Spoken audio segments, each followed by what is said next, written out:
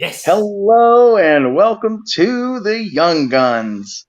Today we're talking the most disappointing and most impressive.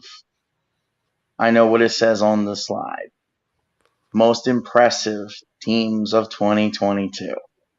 So, gentlemen, are we ready for this impressive show? Because this audience needs to sit back, crack open that pop can or that bottle of water, whatever your preferred choice is, and enjoy that nice bowl of chicken noodle soup. I'm ready. You ready? Let's do this. Let's So, go. first off, onto the first slide, it should be, oh God, of course it didn't work. Okay, Jeffrey, you're up. It's all right, man. For my dishonorable mentions, I've got Alabama only because of the fact that they I didn't know underperform what the soup. they underperform what they usually do, and making the playoff most years. So for them, it's disappointing. But I didn't put them in the top 10 because of the fact. Still, you only lost 2 games by 4 points. You can't put them on the top 10. Next, you've got West Virginia. West Virginia, they were pretty disappointing. I don't think anybody was expecting them really to win the Big 12 or anything, but they had a fairly disappointing season. Uh, Nebraska, the only reason why I don't have them in the top 10 is because Nebraska's been disappointing for many years, and until they start actually winning again and then have a bad season again, it's not really a disappointment. It's just the norm. Oklahoma State, they did worse than, they have recently, but still it wasn't a terrible season. Virginia Tech, kind of the same thing as Nebraska. They've been bad for a while. Boston College had a terrible season, but people were probably only expecting to go 7-5 at best. So not too much of a disappointment, even though it was. Indiana, they had a bad season, but no one was really expecting to do too much. Virginia, same thing. BYU, I know a lot of people thought BYU would do even better, and they did disappoint. But they still had a fairly solid season, and Iowa State was underwhelming as well. So on to the top 10 that you see on screen. Notre Dame is at number 10, and yes, they were a disappointment, but it was a first-year head coach.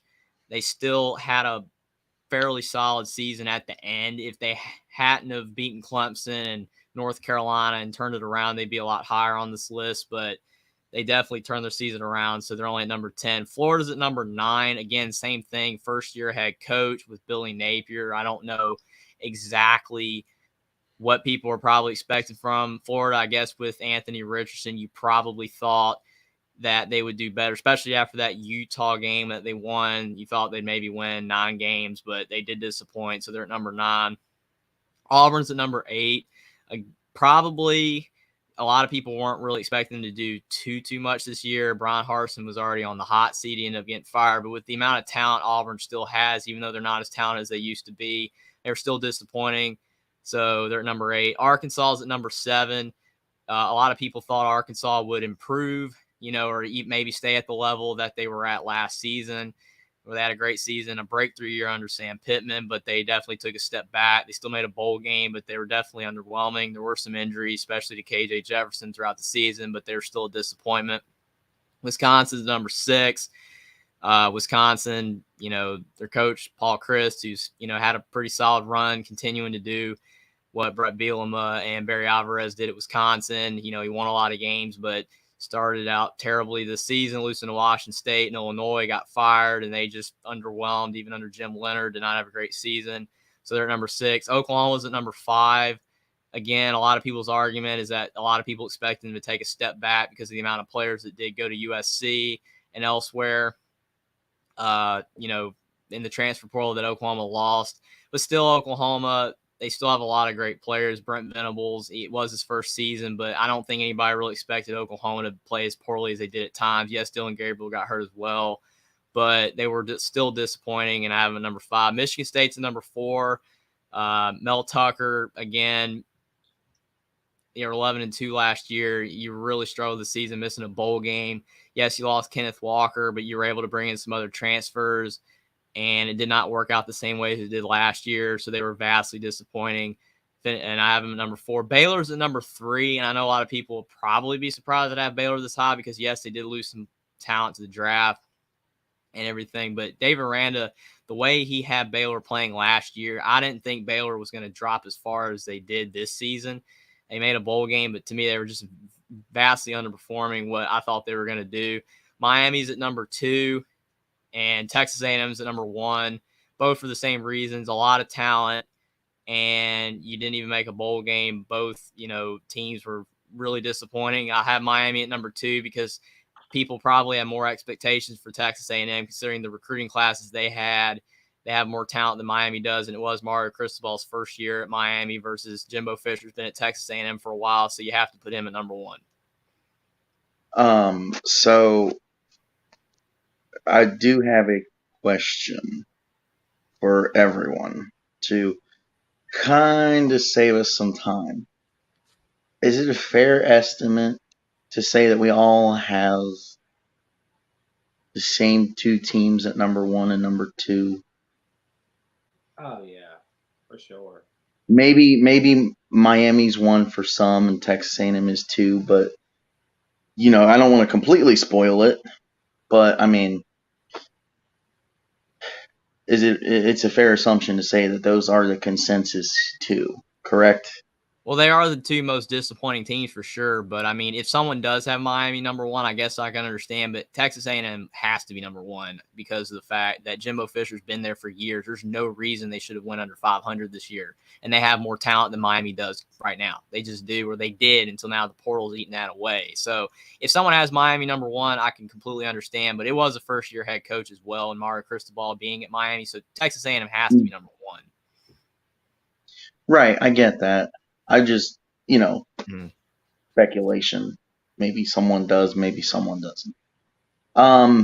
So with that being said, I'm opening the floor to you 3. Do you guys have any questions for Jeffrey?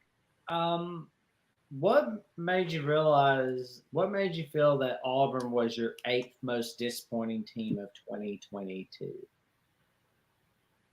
Because again, they're a very talented team. I understand that Brian Harsin, was already basically in a lot of people's minds already out the door, and Auburn doesn't have as much talent as they used to. They've had some, internal issues with their program, but still, I'm sure a lot of people still maybe thought they should have made at least a bowl game. It's just for Auburn, it's a disappointment. Because Auburn hasn't been like Nebraska. I would have had Nebraska on here if they, had only been struggling for a couple seasons. Nebraska's been struggling for half a decade plus. Auburn, it's only been a couple of years where they've been struggling, so it's still a disappointment. Is there a reason why you only had Oklahoma at 5? I know that they lost a lot of guys, but Oklahoma's a blue blood, and going 6-6 as a blue blood is just humiliating. So that's why I had them a bit higher. Just wondering why. I know they have a new coach, but I'm just wondering why you didn't have them as high.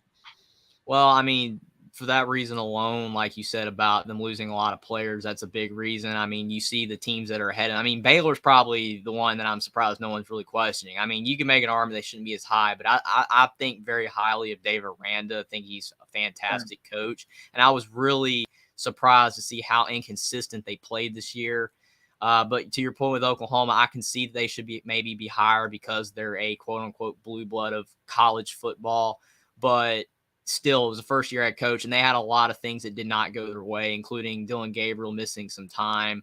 There were just a lot of issues that they had, and I think that they should improve in the future under Brent Venables. But, yes, they are definitely disappointing, and that's why I'm at 5. I could have maybe moved them 1 or 2 spots higher, but I think 5's a good spot.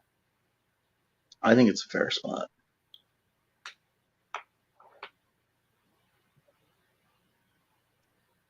No more questions? Austin, the floor is yours.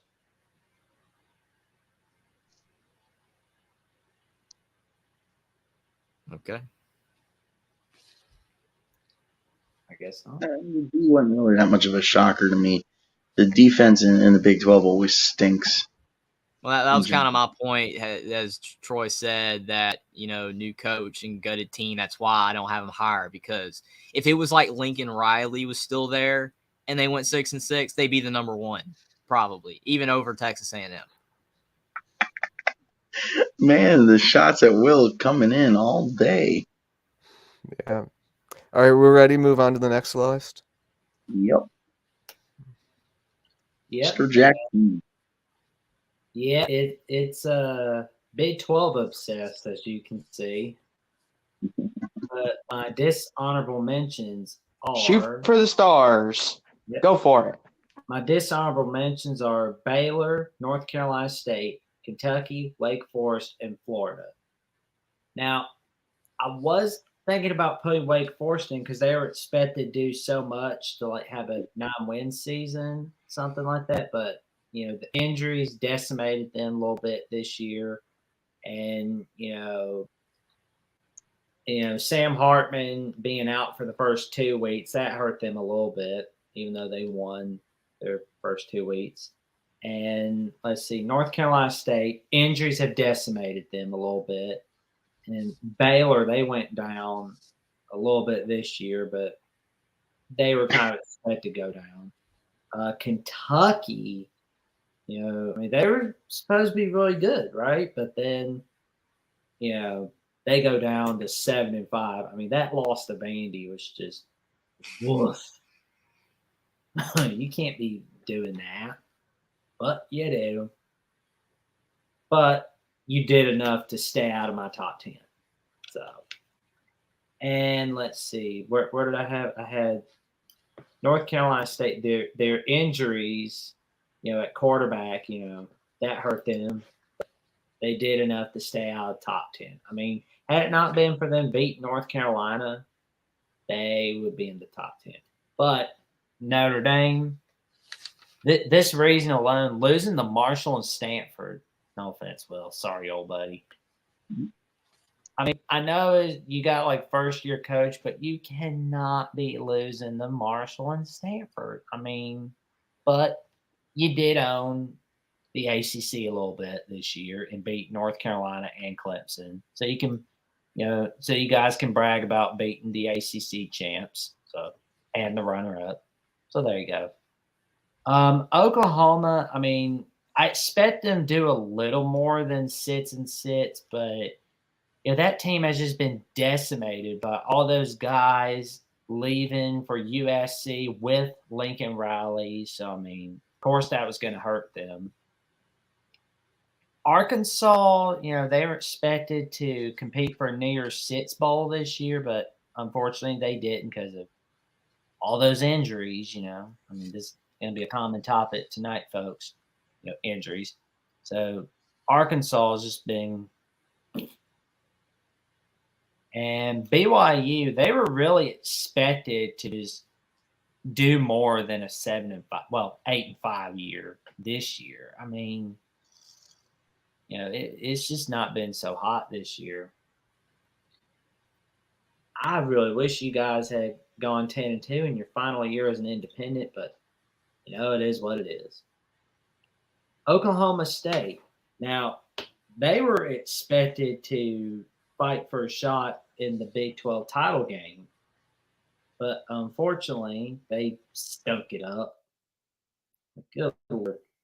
And at the end of your season, before your bowl game starts, Mr. Sanders decides, "Oh, I'm leaving this dung heap. I'm not staying in Stillwater. Even with Oklahoma leaving, I'm not.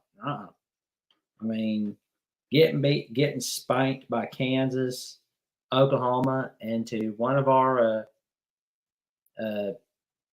people that's in the chat, West Virginia. You got beat by West Virginia in your own backyard this year, Oklahoma State.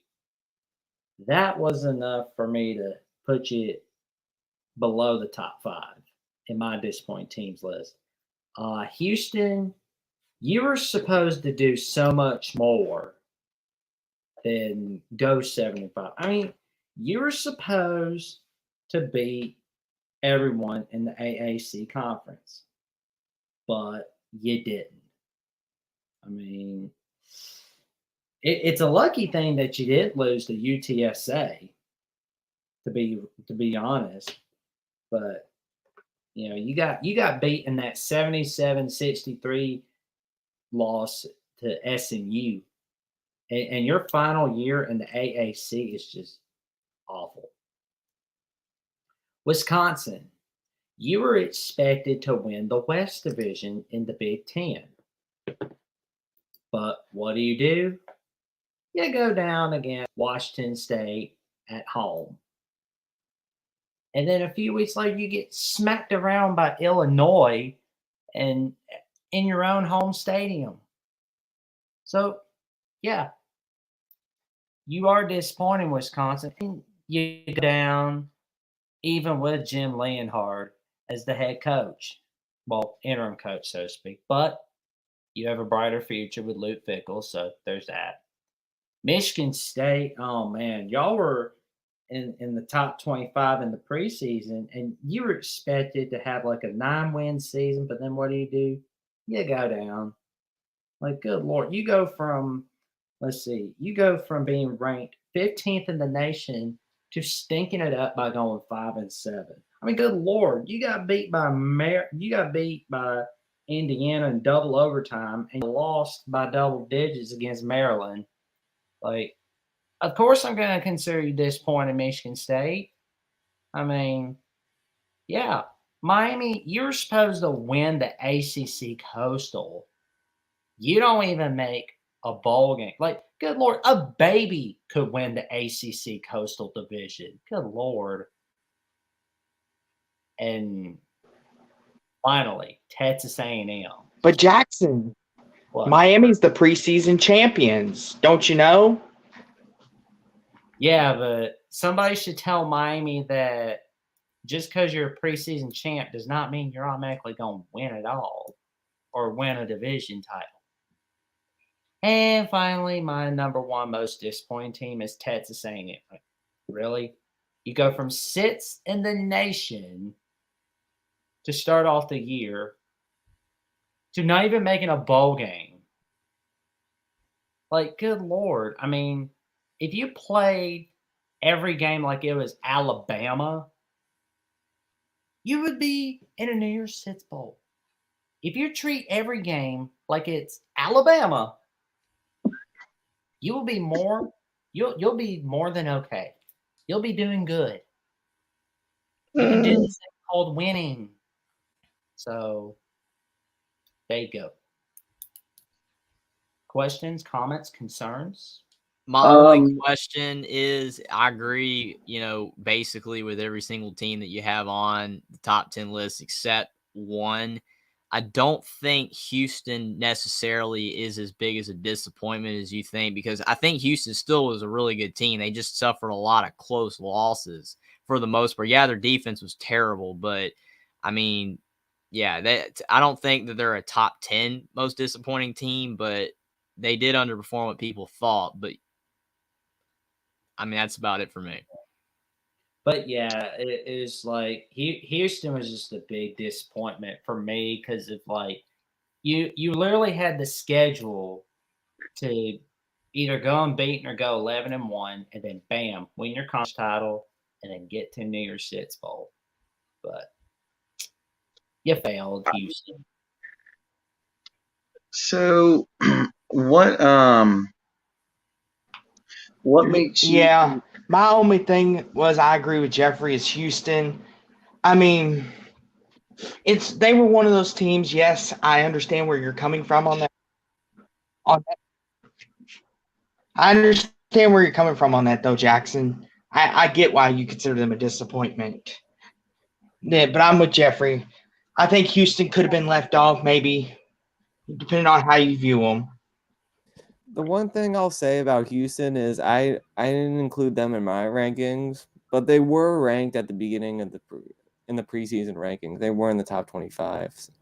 And I'm more disappointed in Dana Holgorsen than Houston. Dana Holgorsen, this man can still, after like 10 plus years of head coaching in college football, this man can still not build a competent defense to save his life.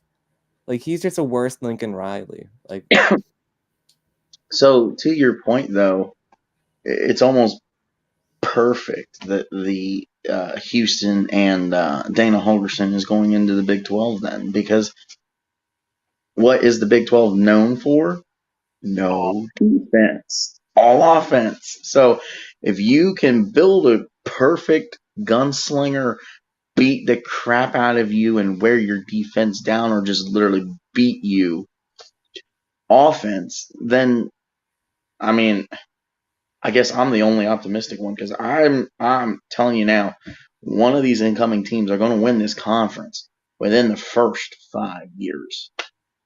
Mark It's my not going to word. be Houston, because if they can't do well in the AAC, they're sure as heck not going to be doing okay in the Big 12. I mean, life's going to be miserable for them right now. So for you, my only question is, what is the difference for you between having Houston in there and not having Baylor? Well, I mean, Baylor was expected to, go down a little bit because they didn't have a lot of guys returning. So that was the key component for me on my list. But, they'll get back up next year for sure. But that's another thing. I don't think Houston's going to do well with Baylor. Baylor's going to make their lives miserable.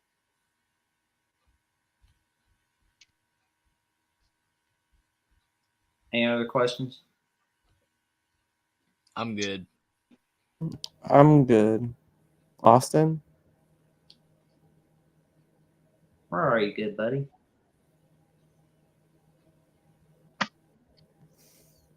Really? My money is on TCU keep control, maybe Texas. All right, well, should we skip Austin and come back? I'm good Yeah. over here. Okay. You Yeah, ready so- to go, Austin? Any questions you have about my top 10 most disappointing teams? If not, it's your turn.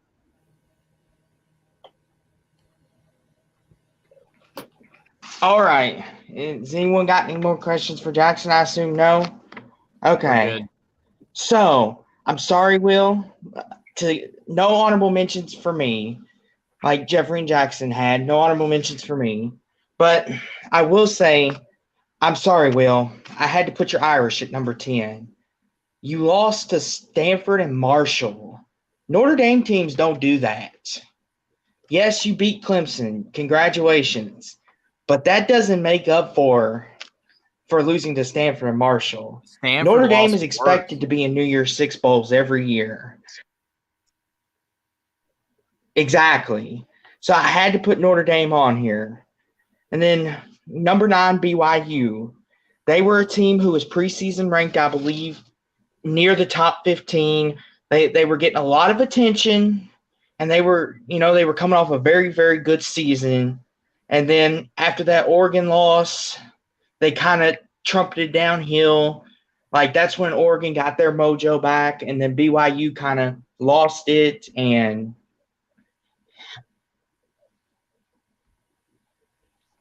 I think that's why I put them at number 9, is because they are still BYU. And coming in at number 8, Auburn. They were ranked in the preseason top 15, and Auburn's expected to be competing for the SEC SEC titles every year. They're still expected to be the team to compete with Bama, and the fact that they have all this talent and they don't give their head coach an opportunity, that's just disappointing when Auburn doesn't win more than 9 games. So I had to put them here. Number 7, I had the Sooners. Yes, I know a lot of people out there maybe question, why is Oklahoma so low? They stunk. Brent Venables wasn't very good. Well, if you see what happened after Lincoln Riley left, they took all their players, and he was left with pretty much nothing, almost. So for him to get to a 6-6 season was nothing short of remarkable.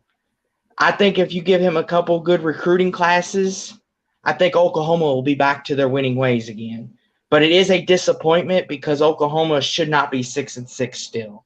Oklahoma should still be in the 8-win territory. At number 6, I had the Florida Gators.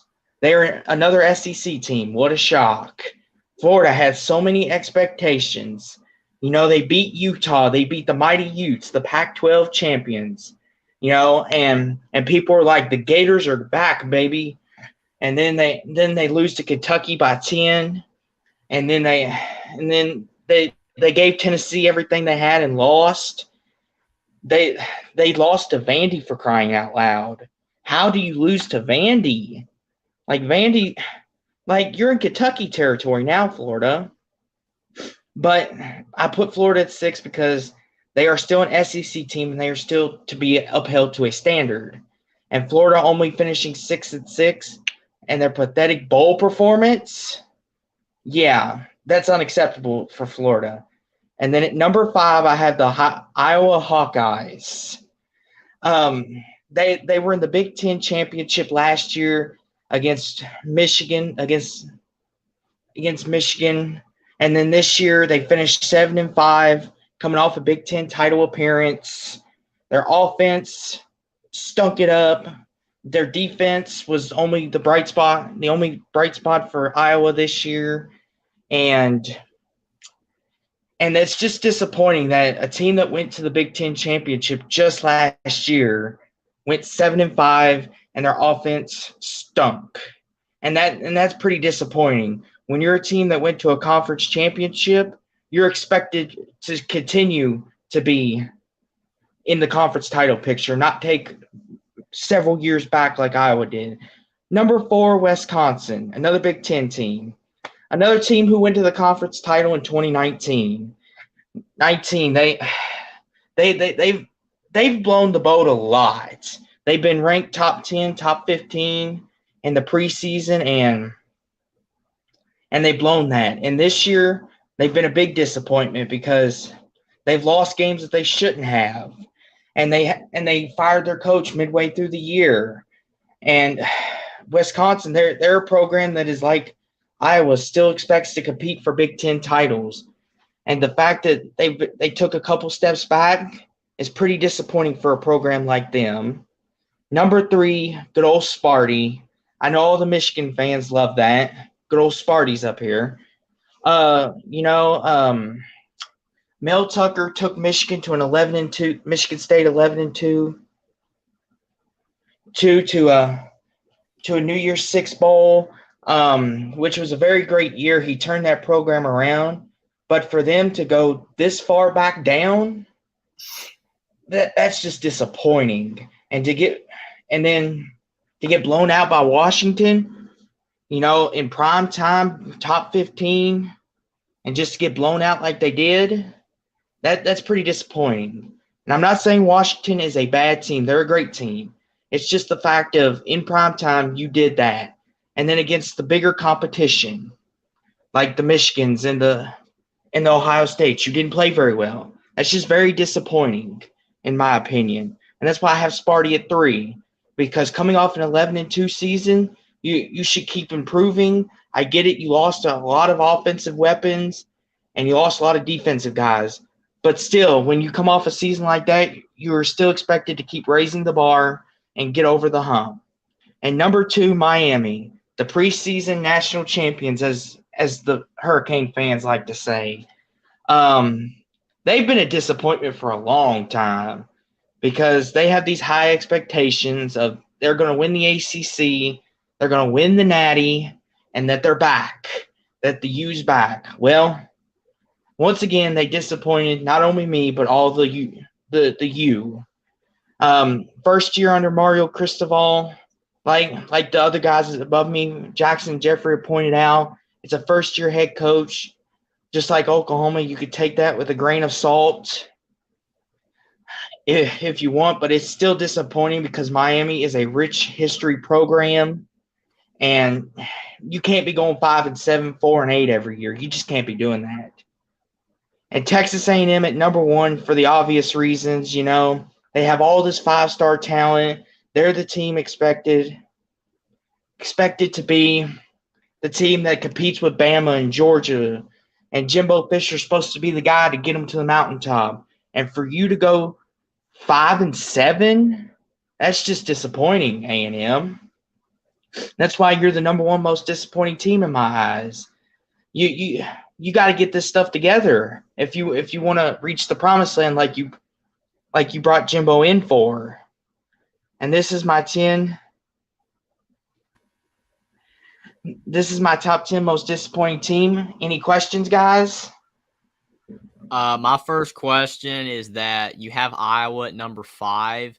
And you said they were disappointing because they made the Big Ten championship game last year. But you look at this comment here, Iowa was went away from returning to the Big Ten championship. And you pointed out that their offense was trash this year. Well, their offense was not good last year either. So both years their offense was terrible. And yeah, they finished 10-4. They made the Big Ten championship game. But you look at last year, how many close wins did they have? They beat Penn State by 3, and that's a game that if Sean Clifford doesn't get hurt in last year, they lose. And then you think about they beat Northwestern last year by only 5 points. They beat Minnesota last year by 5 points. They beat Illinois last year by 10, and they beat Nebraska by 7. So they could have easily last year been a 6-6 football team. They were not better last year. They were not better last year than they were this year. They just happened to make the Big Ten championship game last year, and this year they did not. But Iowa is not they're not a worse team or a better team last year versus this year. To me, they're the exact same. I disagree with you on that. I disagree with you on that, though, Jeffrey. If you go to a conference championship appearance, you are expected to still uphold that standard, are you not? You are, but hey, Buck, I'm Mike. I mean, you get what I was saying, though, right? I mean, Iowa's the same team. They're the same team every year. They're no better. They're no worse. Just the results were a little bit different. They're the same team. Nothing changes between the offense and the defense. They're exactly the same as they were last year. It's just last year. You heard the schedule. I read the schedule. They barely beat a lot of bad teams, and they beat a Penn State team that Sean Clifford missed the whole second half. They were not a better team last year. There's no standard. They made the Big Ten championship game because somebody out of the West has to. Somebody has to out of the West every single year. That's like Wisconsin making. Is Wisconsin better a certain year that they make the Big Ten championship game than when they don't? No, they're not, because they all get blown out whenever they play. You saw Iowa last year. They got dismantled against Michigan. They weren't very good last year. They were. That's why when Jackson made the point of, Jeff Brom is undefeated against top 5 opponents. Yeah, one of those was against Iowa, and that's not a legit top 5 win. Just because Iowa was ranked in the top 5 did not mean they were necessarily a top 5 team. I mean, I get your point. You're looking at strictly from the fact they made a Big Ten championship game, and this year they did not. But Iowa, it was not a worse team this year. They were the exact same team. Last year they were masquerading as a better team than they were. They're the same team. I understand where you're coming from on this, Jeffrey. You're making the point Iowa's no different. And I agree, but I'm looking at it from the point of view, if you make a conference championship or a New Year's Six and you don't get back to that, that's kind of disappointing, is it not? Well, it is, but if that's not your disappointing, but they're the same team. I mean, it's disappointing when you're Oklahoma and you go from basically Mark brought this point up. He said OU is much more of a disappointment than Iowa because OU is a perennial college football playoff contender and they start in the top 10. Iowa, sometimes they make the Big Ten championship game, sometimes they don't, based on the way the Big Ten West breaks.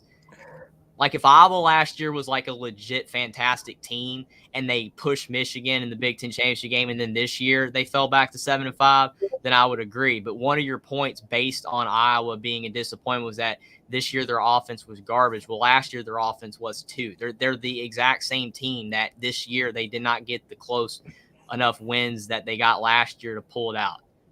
Well, the only thing I would say to that is that I think that Iowa definitely ran the ball better last year. That's true. That's true. Because they had Tyler Linderbaum last year, and this year they don't. And he was the unanimous All-American. But that just goes to show that it's pretty sad that when you're a program that one player makes a difference, that's not a good thing. You know, when one guy, you take away one player and you're automatically worse. They still got destroyed against Michigan last year. They weren't a very good team last year. They were a solid team, but they lost to Kentucky in the bowl game last year as well. They were not that good. They And they're were going they were the worst 10-4 team last year. And they're the same team this year. They're just the same every year. Kirk Ferentz is just the same guy every single year. I've watched him my whole life. He says it's not a knock against him. It's not a knock against your pick. I'm just, as a justifiable statement, they're not a disappointment to me because they're the same year in and year out. Just the record's a bit different every single time based on how the results break. They're basically saying you're right about the running game was awful way more this year than was last year. That's a great point. But to me, Iowa overall is just about the same. So to put them as in all of college football, a top 10 disappointing team, I just don't think they are. But that's why we have this discussion. You definitely have a point of why having them in. I just made the point of why they shouldn't be in the top 10. After you rattled off the schedule, and like you said, if the breaks don't go their way, then they lose a lot of those games, which I agree with. And you're supposed to beat those teams. That's another reason to be disappointed because, yes, you beat those teams that you're supposed to beat, but if it breaks the other way, guess what? Iowa's record's completely different. I agree with you on that. It's just, for me and my list, to clarify for everyone out there, is if you were in the conference championship about 5-10 years ago and your program still hasn't gone anywhere with it, that's why you're here, because that's a disappointment. You're supposed to keep going up and up, not going backwards, so to speak. So, and a great point here, he said Iowa had to play Ohio State, Michigan in the regular season this year, so it's not surprising they had a worse record this year. That's exactly the point. Their schedule was easier last year too.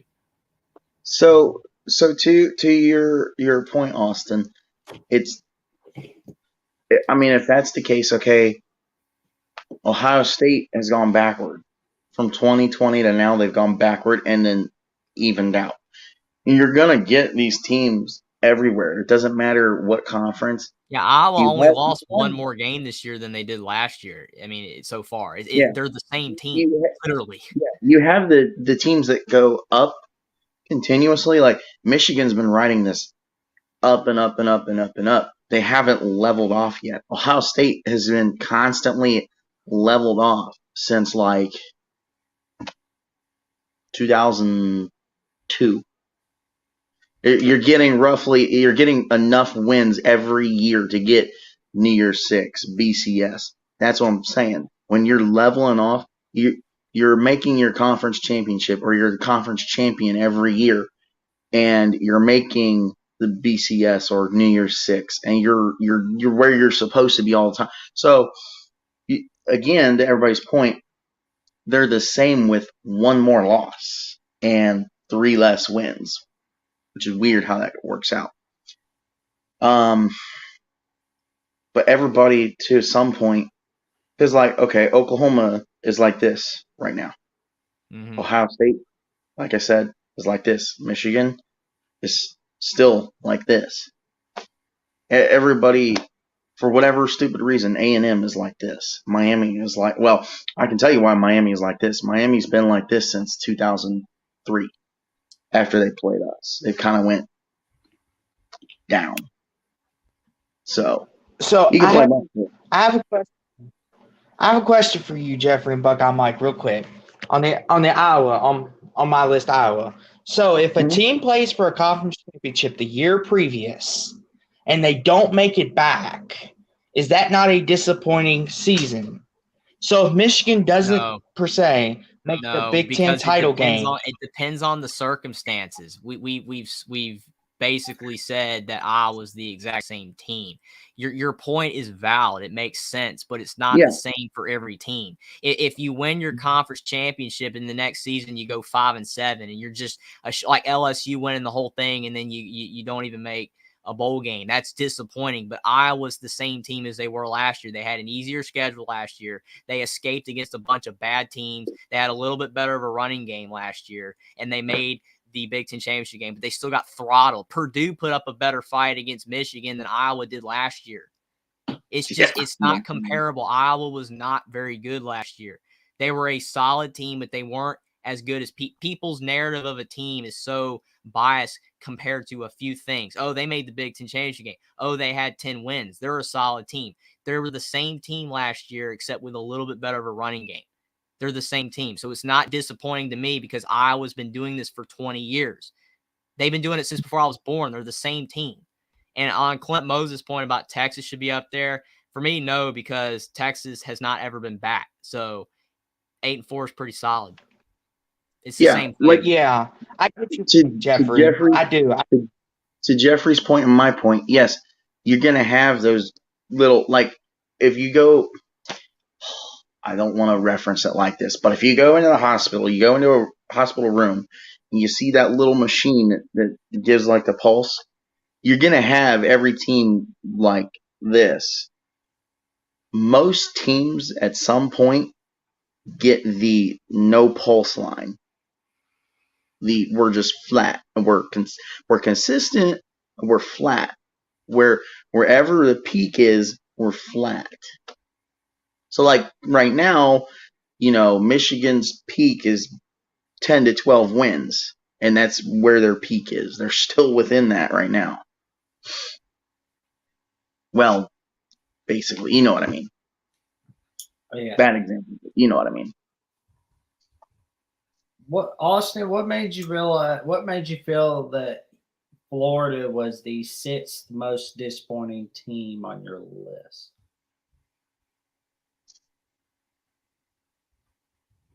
So the reason why I believe Florida is the 6th most disappointing is because, Florida, yes, we've gone over it ad nauseum, and Mark, who's listening in the chat, his callers have gone over it ad nauseum. The Utah win, that was a big win for Florida. We could all agree on that. They beat Utah, who won the Pac-12 back-to-back this year. And the fact that they followed it up with a 10-point loss at home to Kentucky and then barely beat USF, barely a 1-10 team, and then they get trounced by Tennessee. Well, not trounced, that's bad wording. They got beat by Tennessee, and they lose to Vandy. Vandy, which I'm not saying Tennessee is all teams lost to Tennessee. So take that out of the equation. But the fact that they lost to Vandy and they lost to Kentucky by 10 and barely beat a 1-10 USF team after riding off the high of beating Utah, that's pretty disappointing because Florida's season should have kept going up and up and up, and they could have been playing for the SEC title. But instead, it was like a roller coaster. One week we thought Florida was here. Next week Florida was down here. You can't be doing that. And it's disappointing that Florida went 6-6 as well. Because Florida is a team that should minimum get at least 8 wins. That's what their program expects. So I have them as the 6th most disappointing team in my book because of the roller coasters and the teams that they lost to, and they're just confusing overall because one week they dominate South Carolina and then the next week not so much. They don't do so high. So that's why they're number 6.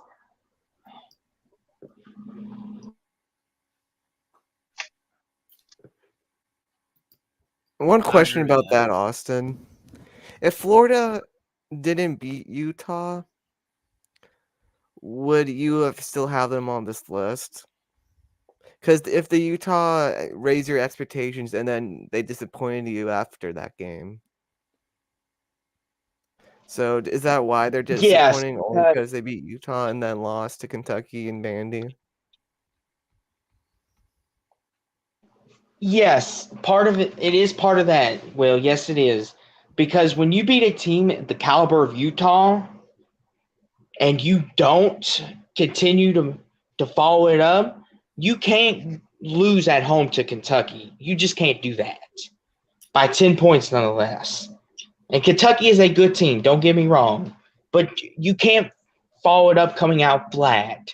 If you are what you say you are, if everyone's proclaiming Florida as they're the SEC contenders, that they are the team that could possibly be in the SEC title game in December.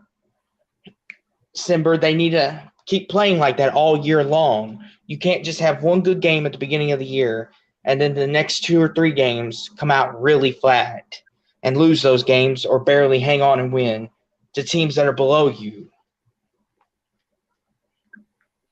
Florida and Auburn are disappointments in general because of the fact So it's that kind of disappointing when they do that. They have talent, And then but they didn't do very well. I mean, Florida was 6-7, Auburn was 5-7. I mean, they should be 7-8 win teams. Yes, they play hard schedules, but they should have been better than that. Especially to Austin's point about the Utah win, that is a big reason why they are on the list. Because yes, everybody's expectations went through the roof when they beat Utah, and then they went all over the place. I mean, at times they dismantled South Carolina. I mean, at times they look like a team that should be in the top 15 at the highest. But then at other times they didn't even look like a bowl team. And you saw what happened in the bowl game, even though they had opt-outs. They were way too inconsistent. They should have been better.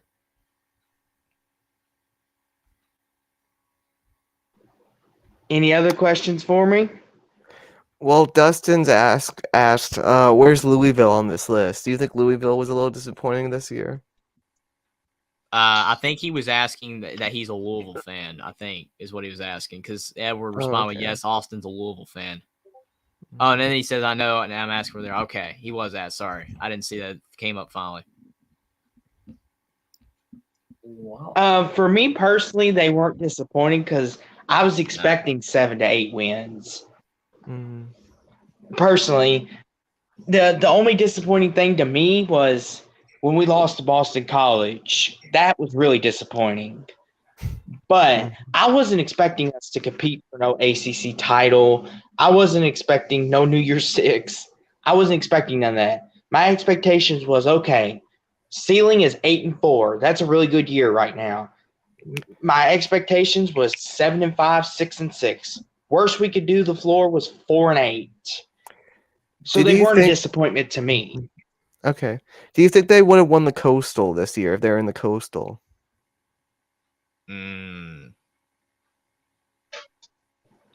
I don't know. That was maybe if a couple games bounce our way, because the Florida State game, I know not to go too off into the ditch, but the Florida State game, if we don't shoot ourselves in the foot with 3 turnovers, we might win that game. And there's 8 wins right there. You know, Austin, And it kind of sounds like Iowa, though, really, when you talk about, where they should be at and everything, what they did. It sounds just like Iowa.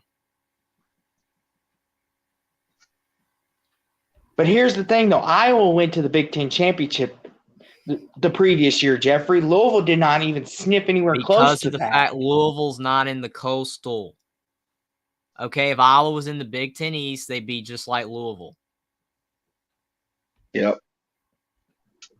Let me ask you, Jeffrey, how can you compare Iowa to Louisville? We're not on the same spectrum. Iowa's probably a better team than we are. It's the same thing. No, you guys are the exact same. Roughly. Iowa went to the Big Ten Championship last year. They're in the West. We they had an easy schedule, and they barely beat the teams that were garbage in the West.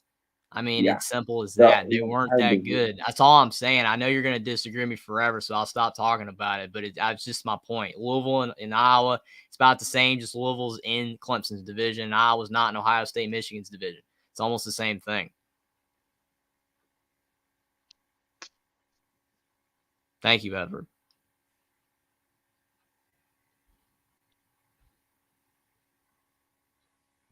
Thank you, Zethus. Wow. Any more questions for me? No. The rest of your list is good. I mean, it's really good. Here we go. So at number 10 for me, I have West Virginia. And the reason that I do have West Virginia on the list is because over the summer, I was on Golden Blue Dude a lot. And he pretty much convinced everyone that the floor for West Virginia was 8-4 going into the year. And the ceiling was 10-2. And I was drinking the Kool-Aid, man. I was drinking that JT Daniels Kool-Aid. I was drinking the Kool-Aid that WVU was going to That's be where a your mistake started. 12 contender, and I was wrong, man. He lied to me. I feel betrayed by Chris. At number 9, I have Nebraska, and the reason I have Nebraska, I know they've been terrible for a long time, but the reason I had hope for the Huskers is that they brought in Casey Thompson, and I thought that he would improve their offense significantly, and it was a lot better. But this year, their defense completely fell apart. I know. Oh my god! Sorry, I'm reading the comments. I'm just going to focus on the slides and then I'll look at the comments. But so yeah, the reason I had Nebraska at 9 is because I thought they could win the West. I mean, pretty much anyone can win the Big Ten West. So I thought they would at least win the Big Ten West, or at least compete to it with the last week. But their defense was so bad that it knocked them out of a bowl game. And also Scott Frost being a dummy and onside kicking against Northwestern didn't help them at all. And at 8, I have Wake Forest. Wake Forest won the Atlantic last year, and they brought pretty much their whole team back, although Sam Hartman was hurt at the beginning of the year. And then it started well for Wake. They almost beat Clemson. They beat Florida State, who turned out to be the second best team in the ACC. But then everything fell apart for Wake, and they only finished 7-5. And I was just very disappointed in them down the stretch. I was trying to hype them up as a team that could even compete for a playoff spot after that loss to Clemson, but they did not, and they finished 7-5. And Austin's team destroyed them, didn't they, Austin? Yep, 8 turnovers. Mm-hmm. And at number 7, I have NC State, another team that did very well and almost won the ACC Atlantic last year. And they brought back Devin Leary, who I thought was going to have a great season. And it was going really well for the Pack. But after that Clemson loss, they kind of just fell apart. I felt like that was their whole season for them, that game. Looking at it, they put everything into that game. And they came up short to the Taters. And then they beat Florida State as well. But after the Florida State win, it just fell apart for NC State, and they faded down the stretch. Although they did beat UNC, but even with that win, their season to me is still very disappointing. At number 6, I have Michigan State. Michigan State, I knew they weren't going to be as good as they were last year because they lost Kenneth Walker. And look what he's doing for the Seahawks. The guy's a star.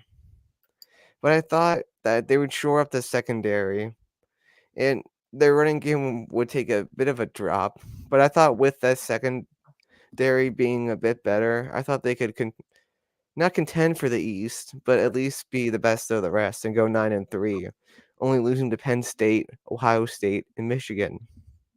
That certainly did not happen, as their secondary was still just as bad as last year, and their offense is significantly worse without Kenneth Walker. And they went 5-7 and missed the bowl. A complete failure for Sparty. At number 5, I have Arkansas. I thought Arkansas would have a chance of winning the West this year with the way that with their game at Alabama being at home, and I thought they might be able to run the table or at least only drop one game. But their whole season fell apart after a field goal clanked the upright against the Aggies.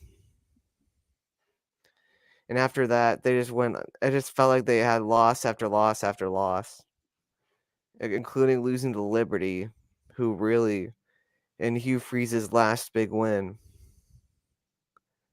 It just felt like that they were a tier below everyone else in the SEC West this year. Although they did make a bowl, going 6-6. They lost their last rivalry game against Missouri, which really just put a damper on the whole season. And I'm going to have some questions for Sam Pittman going into the next season. At number 4, I have the Baylor Bears, or the Bear Necessities, as we like to call them here on Young Guns. I have a man crush on Dave Aranda. I love the guy. I think he's a great coach, similar to Marcus Freeman, although he's not the coach of my team, so it's not. We don't have as close of a connection. But I thought the bare necessities would at least make the Big 12 title game. I thought they might lose to Oklahoma, who I have coming up at number 3. But yeah, but everything went bad once they lost to BYU. I know Provo's a tough place to play, but that BYU team wasn't that great either, and I felt like they blew it at the end.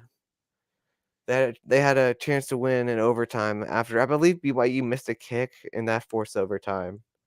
So I'm like, all right, they're going to win this game, and they didn't win that game. And then they got embarrassed at home by Oklahoma State, which really, that team wasn't that much better than them. And then I still picked Baylor in our weekly pick'em, and they screwed me. They screwed me over a couple of times, including games against Texas, TCU, and Kansas State.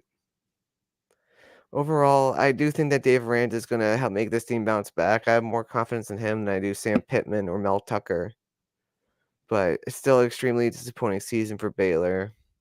And who knows, they could have a losing season if they lose to Air Force in the Armed Forces Bowl. And we're going to have a preview of that game tomorrow with Paul Catalina of 365 Sports. So keep it locked. At number 3, we have Boomer Sooner. As a blue blood, going 6-6 is absolutely unacceptable. Even though if you have a new coach, the worst that you should do is aim for. And they went 6-6. I know they lost a lot of talent, but the Big 12, all you really got to do is have a decent offense, and you're going to make a bowl. In their offense, and they did, but they should at least competed with everyone that they had. They should at least went 7-5, and they went 6-6. I thought they were going to be good after killing Nebraska, but I felt like any team probably could have blown out Nebraska with Scott Frost just leaving. What really put them on this list high for me, though, was their rivalry game against Texas. They got absolutely destroyed in the worst ever Red River loss ever. They did have a couple of wins, including Kansas and and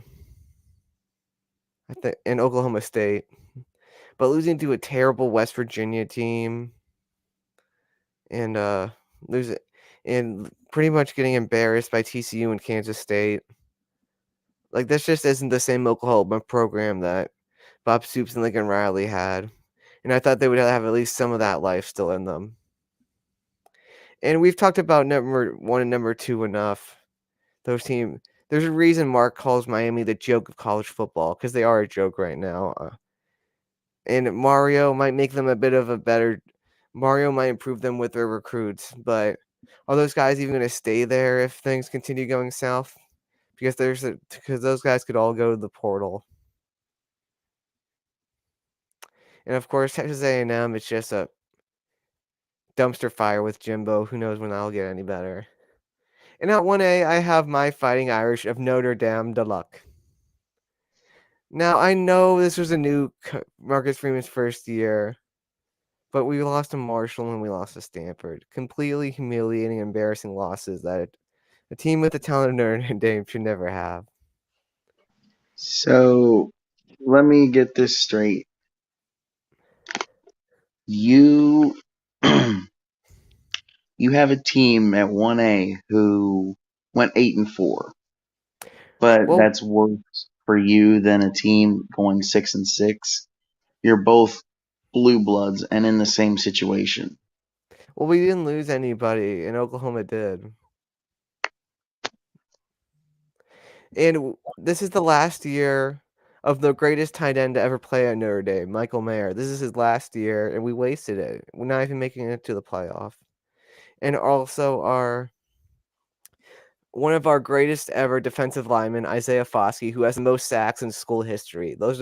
We wasted their last year at Notre Dame going 8-4. I mean, if you beat Marshall and Stanford, you go 10-2, but it is what it is. Mm-hmm. And losing, I know USC was good. Like, I know the Trojans had a good year, but losing to USC in Lincoln Riley's first year and Marcus Freeman's first year, and losing control of that rivalry, that just really bakes the cake for that. This is just a rough year for the Irish. We beat Clemson, and also I felt like we could have beaten Ohio State. Like that was a winnable game. We were winning at half. I will say, Will, you also had a close call with California. I know. That was another. That was kind of disappointing. Yeah. So yeah, any questions? I already kind of harped on it earlier with Nebraska. Though I had them in the honorable mentions, I didn't have them in the top 10. You kind of already, pointed out how they've been bad for a few years, but still it was disappointing. I mean, to me, Nebraska's got to improve, for me to raise the standards. Kind of like how when we do these other teams, it's like what you've done recently versus what you have done this year is how I base disappointment. And Nebraska's been disappointing for 4, 5, 6 years now. So this isn't really a disappointment for them at this point because they keep doing it. So until they get better and then they have another season like this, then that would be disappointing. But I understand why you have them on there because it's still Nebraska, but that's just the way I see it with them. I mean, my standard for them was to make a bowl. They didn't even make a bowl. I understand that. In West Virginia, again, they underperform, but yeah, that gold and blue dude, man. When your favorite team is a team, man, and it's West Virginia, of course you're gonna think they're gonna be 8-4 at worst. I mean, 8-4 to me was their ceiling. I mean, I had them in the honorable mentions as well, but I don't know if it was necessarily a big disappointment. I mean, and then on NC State and Wake Forest, both they had some issues with quarterback injuries, and to me, that's why I didn't have them in the disappointments, because if they had healthy quarterbacks and they had the seasons that they had, then I would have had them in the top 10. The reason that I made this disappointment list, I didn't factor that in. I only factored in how I thought preseason expectations for me. That's what I did this list on. I didn't do it based on injury. I didn't take that into consideration. Oh, I did. I mean, maybe I shouldn't have, but that's just the way I did. I took everything into consideration. That's why I rank them differently, because if you're going off that, then sure, they both belong in the top 10, but they would have had better seasons with their quarterbacks being healthy. So since things out of their control happened, then that's why I didn't put them in the top 10, because it's not their fault. I mean, yeah, it's okay we did different ways, but but it makes sense. You're good. So that's all I got. One question I have, Will, why do you have Michigan State at 6 and not in, like, say, the top 5 at least? The top 5? Yeah. Well, I didn't think Michigan State could compete for a conference championship this year with their loss of Kenneth Walker. I did think that Arkansas could compete for the West just because they brought everyone back and they had a great 10-win season last year. Yeah. Baylor, I felt like they would have enough back. Oklahoma, they're blue blood. They kind of choked it away last year. Yeah. Yeah, I had Oklahoma a little lower. I was just kind of like cutting them slack a little bit because it's like it's Coach first year. Yeah, but like the blowout loss to Texas really, and losing to West Virginia the first time And it's funny. This year was the first time since 1965 that Oklahoma got shut out by Texas. Like, wow. In their defense, though, Dylan Gabriel did not play in that game, but they still probably would have lost because their defense was that bad, but they wouldn't have been blanked. They would have they'd put points up. Wasn't me. Yeah, Hummus Hero said, if you go by preseason polls, Sparty is up there with Texas A&M. That's why I went with Michigan State in my top 3. Because they were one. Mike, yeah. Nothing really, Will. I'm just proud of you that you were hard on your Irish, that you didn't take it easy. because I figured you would have put Notre Dame on the most surprising list, which we'll get to here in a minute. The reason why I don't have But- Kentucky in the top 10 list, Edward, is because to me, I still don't think Kentucky's a perennial power. They've had some good seasons, but they're still an 8-win team, and they didn't really vastly underperform that. Even if they were projected to go 10-2, I never thought they were. So in my opinion, they're not a disappointment, but to media, they are. Yeah, I agree with you on that, Jeffrey. Like Kentucky, I know they were projected to do all these big things and projected to compete with Georgia. I had Kentucky going 9-3. So if that tells you anything. Yeah, again, Kentucky to me is kind of like Iowa. They're just very consistent 8-4 right now. They're not. They have one team that they always lose to in the East, and it's Georgia. And now that the conference on the East side is starting to get a little bit better with Tennessee being improved, and there's a little bit more competition on that side. I mean, Kentucky's never been a fantastic team, even recently when they've won 9 or 10 games, because that side of the division is weaker as well. The other teams like Tennessee have been awful lately, so they've been able to beat those kind of teams. To me, I don't look at Kentucky like I look at other teams that were disappointments that had underwhelming seasons. They didn't vastly underperform my expectations for them. I thought they were going to go 8-4, and they went 7-5. So that's not really a disappointment for me. Even though you lost to Vanderbilt, I get that argument, but Vanderbilt is better. They're still not good, but still, I don't know. Mm-hmm. That will never go away, Jackson. Man, everybody's taking shots tonight for whatever reason. Mm-hmm. Well, Clint knows because it's the background on the StreamYard. You got the fancy looking house. That's why he says it's the same piano. Yeah.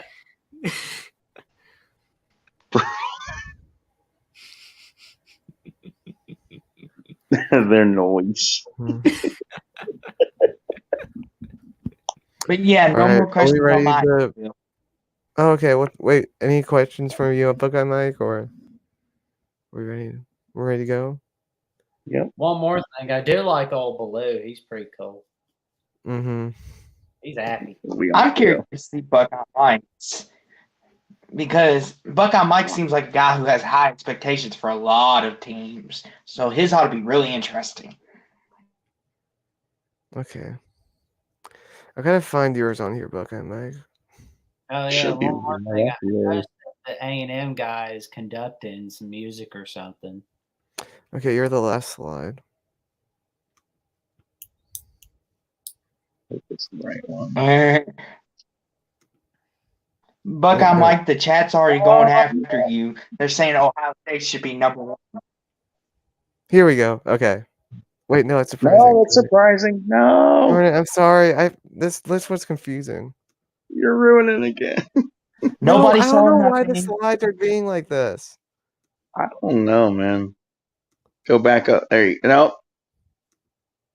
No. Okay.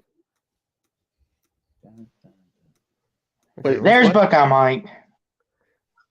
That's This is surprising. surprising You guys are up. You passed it. Will, move it. Hurry, quick. Right there. Okay, my bad. Okay. 10 at Notre Dame. I'm not going to get into that. Everybody's demolished that. You suck. That's why you're 10. Florida at 9. Florida at 9. As he is, for whatever reason, nicknamed at Florida, AR-15 is just not the guy. That's proven. That is his nickname. I read that somewhere. He's That's not his nickname. firing on all cylinders. No. BYU at number 8. Yes. They did have that amazing New Mexico Bowl win over SMU. SMU. Can't even think straight now. But other than that, I mean, your season was disappointing because I feel like you were expected to win just a little bit more. Things just didn't roll your way. The blowout to Oregon did not help. I had a feeling that with new quarterback and it only being week 2 or week 3 that you should have won, but you just let them get into too much of a rhythm. Oklahoma State at 7. You're coming off a Fiesta Bowl. Yes, you lost to DC and you lost some players, but there was enough there that you should have been able to make another run and at least get close to a New Year's 6. You went down the downhill on the roller coaster, so to speak. It all Arkansas. started with Kansas. Arkansas is right where they should be because last year I think they went 9-4, Mm-hmm. something like that. So they're roughly about where they should be. Love Dave Aranda, but Baylor at 5. I mean, again, Oklahoma State. You went to the Big 12 championship last year. You should. Whatever. You should have. Yeah. Okay. Whatever. You should have.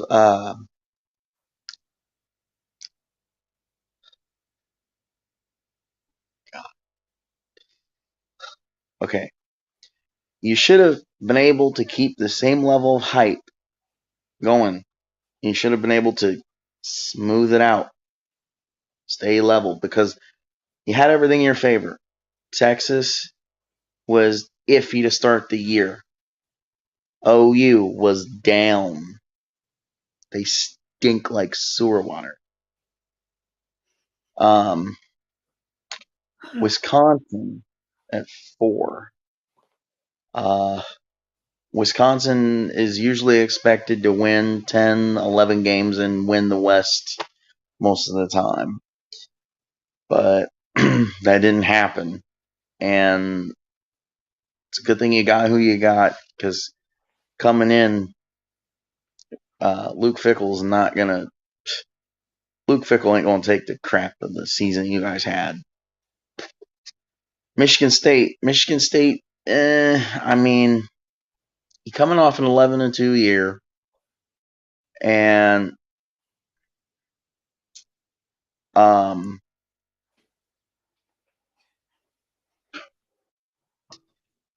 you lost one player.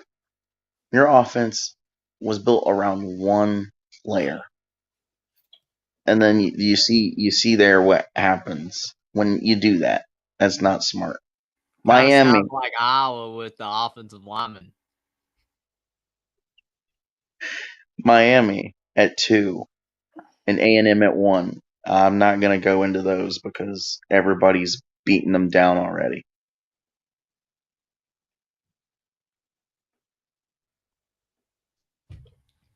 I guess if you want my, questions on your top 10, I like it. I mean, the only one maybe that you could, for me, question, because I didn't have them in my top 10, was Oklahoma State, but I can see why. They were right on the outside of my top 10. The only reason why I didn't is because Oklahoma State's not perennially a top tier, like at the top of the Big 12. They're usually an 8-4 kind of team as well. So for me, basing it off history, Oklahoma State this isn't really a disappointing season for them. This is almost a normal season. And last year was the outlier, I guess you would say. That's why I didn't have them in my top 10, but I see why. But the rest of them are good. I mean, it all makes sense. Thanks, Edward. No. I said, again, yes, the last 2 years, according to the crazy Ohio State fans, it is that. Logically speaking, it is this. It is a flat line because you're still winning consistent. Like, okay, it's this. If you're going from like 10 wins last year and you dip to 8 or 7 wins this year, then you're going down.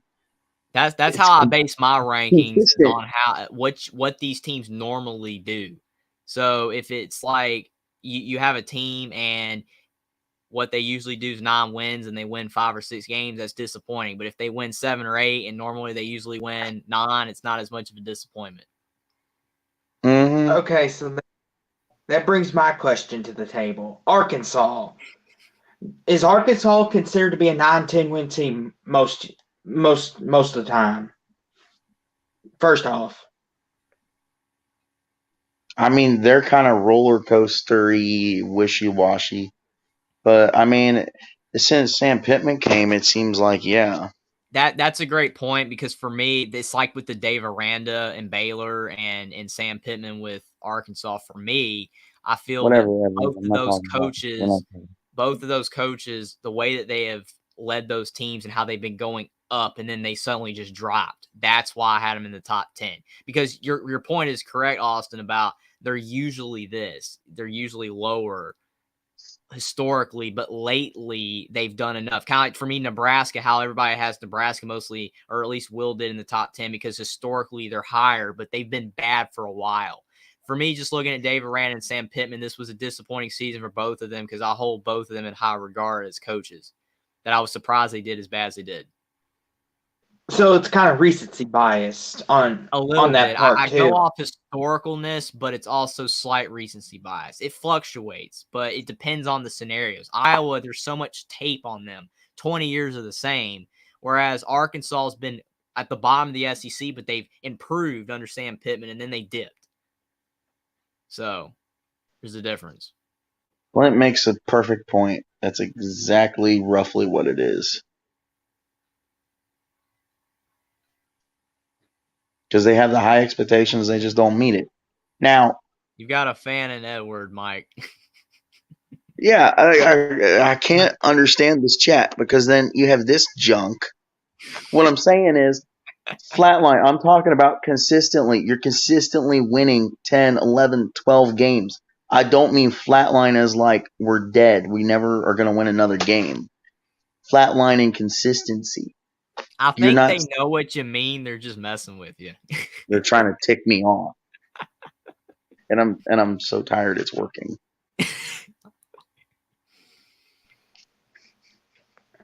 Anyway. No questions. Just gonna ignore it. Anyway. Any other questions? I'm good. None for me. I like your top 10. Pretty good. Yeah, I know, Zethus. I figured it. My sleepy butt figured it out. Really, the only question I have for you, yeah, is that for me, like Wisconsin, like they're kind of like the other. Do you have them thought of higher than other Big Ten West teams? Because I kind of put all the Big Ten West teams in the same pile. I mean, consistently, who comes out of the West? Yeah, Northwestern's had that little stretch of winning the West Division all the even years since 2018. Wisconsin historically has been closer to being a great team than Iowa. Wisconsin's had their moments. Iowa really doesn't. Mm-hmm. Okay, yeah. Because like when we played them last year, I'm like, okay, this is just like playing Purdue when Notre Dame played them last year. So that really lowered my regard of Wisconsin, the way we just beat them down like that. But well, I mean, consistently, like, okay, if you look at the West on a regular basis, when you don't have these funky years like 18, 20, and last year and this year, who consistently came out of the West? Wisconsin went on like a 3 or 4 year stretch, like Ohio State did, of coming out of the West. Okay.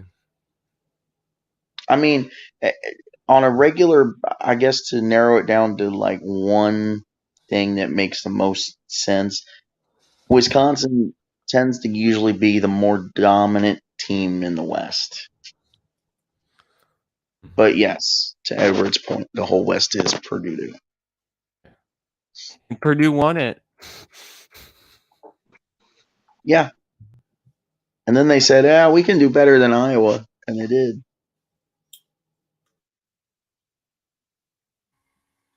I agree with your point, Troy. That's a great point of how they've had good seasons in the even years lately. But like you said, they have no talent, so they're just so overmatched. Yeah, I mean, it's like I said, they were projected to win the West because they won the West in 18, they won the West in 20, and they were starting this weird, okay, we're not going to really give any effort and give a crap, and we're not going to win the division in the odd years, but we're going to give it our all and win the division in the even years.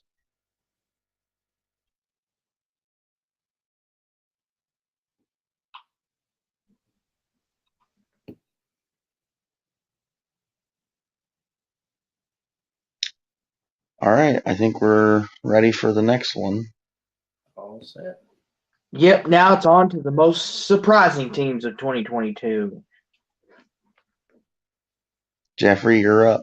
You're up. All right.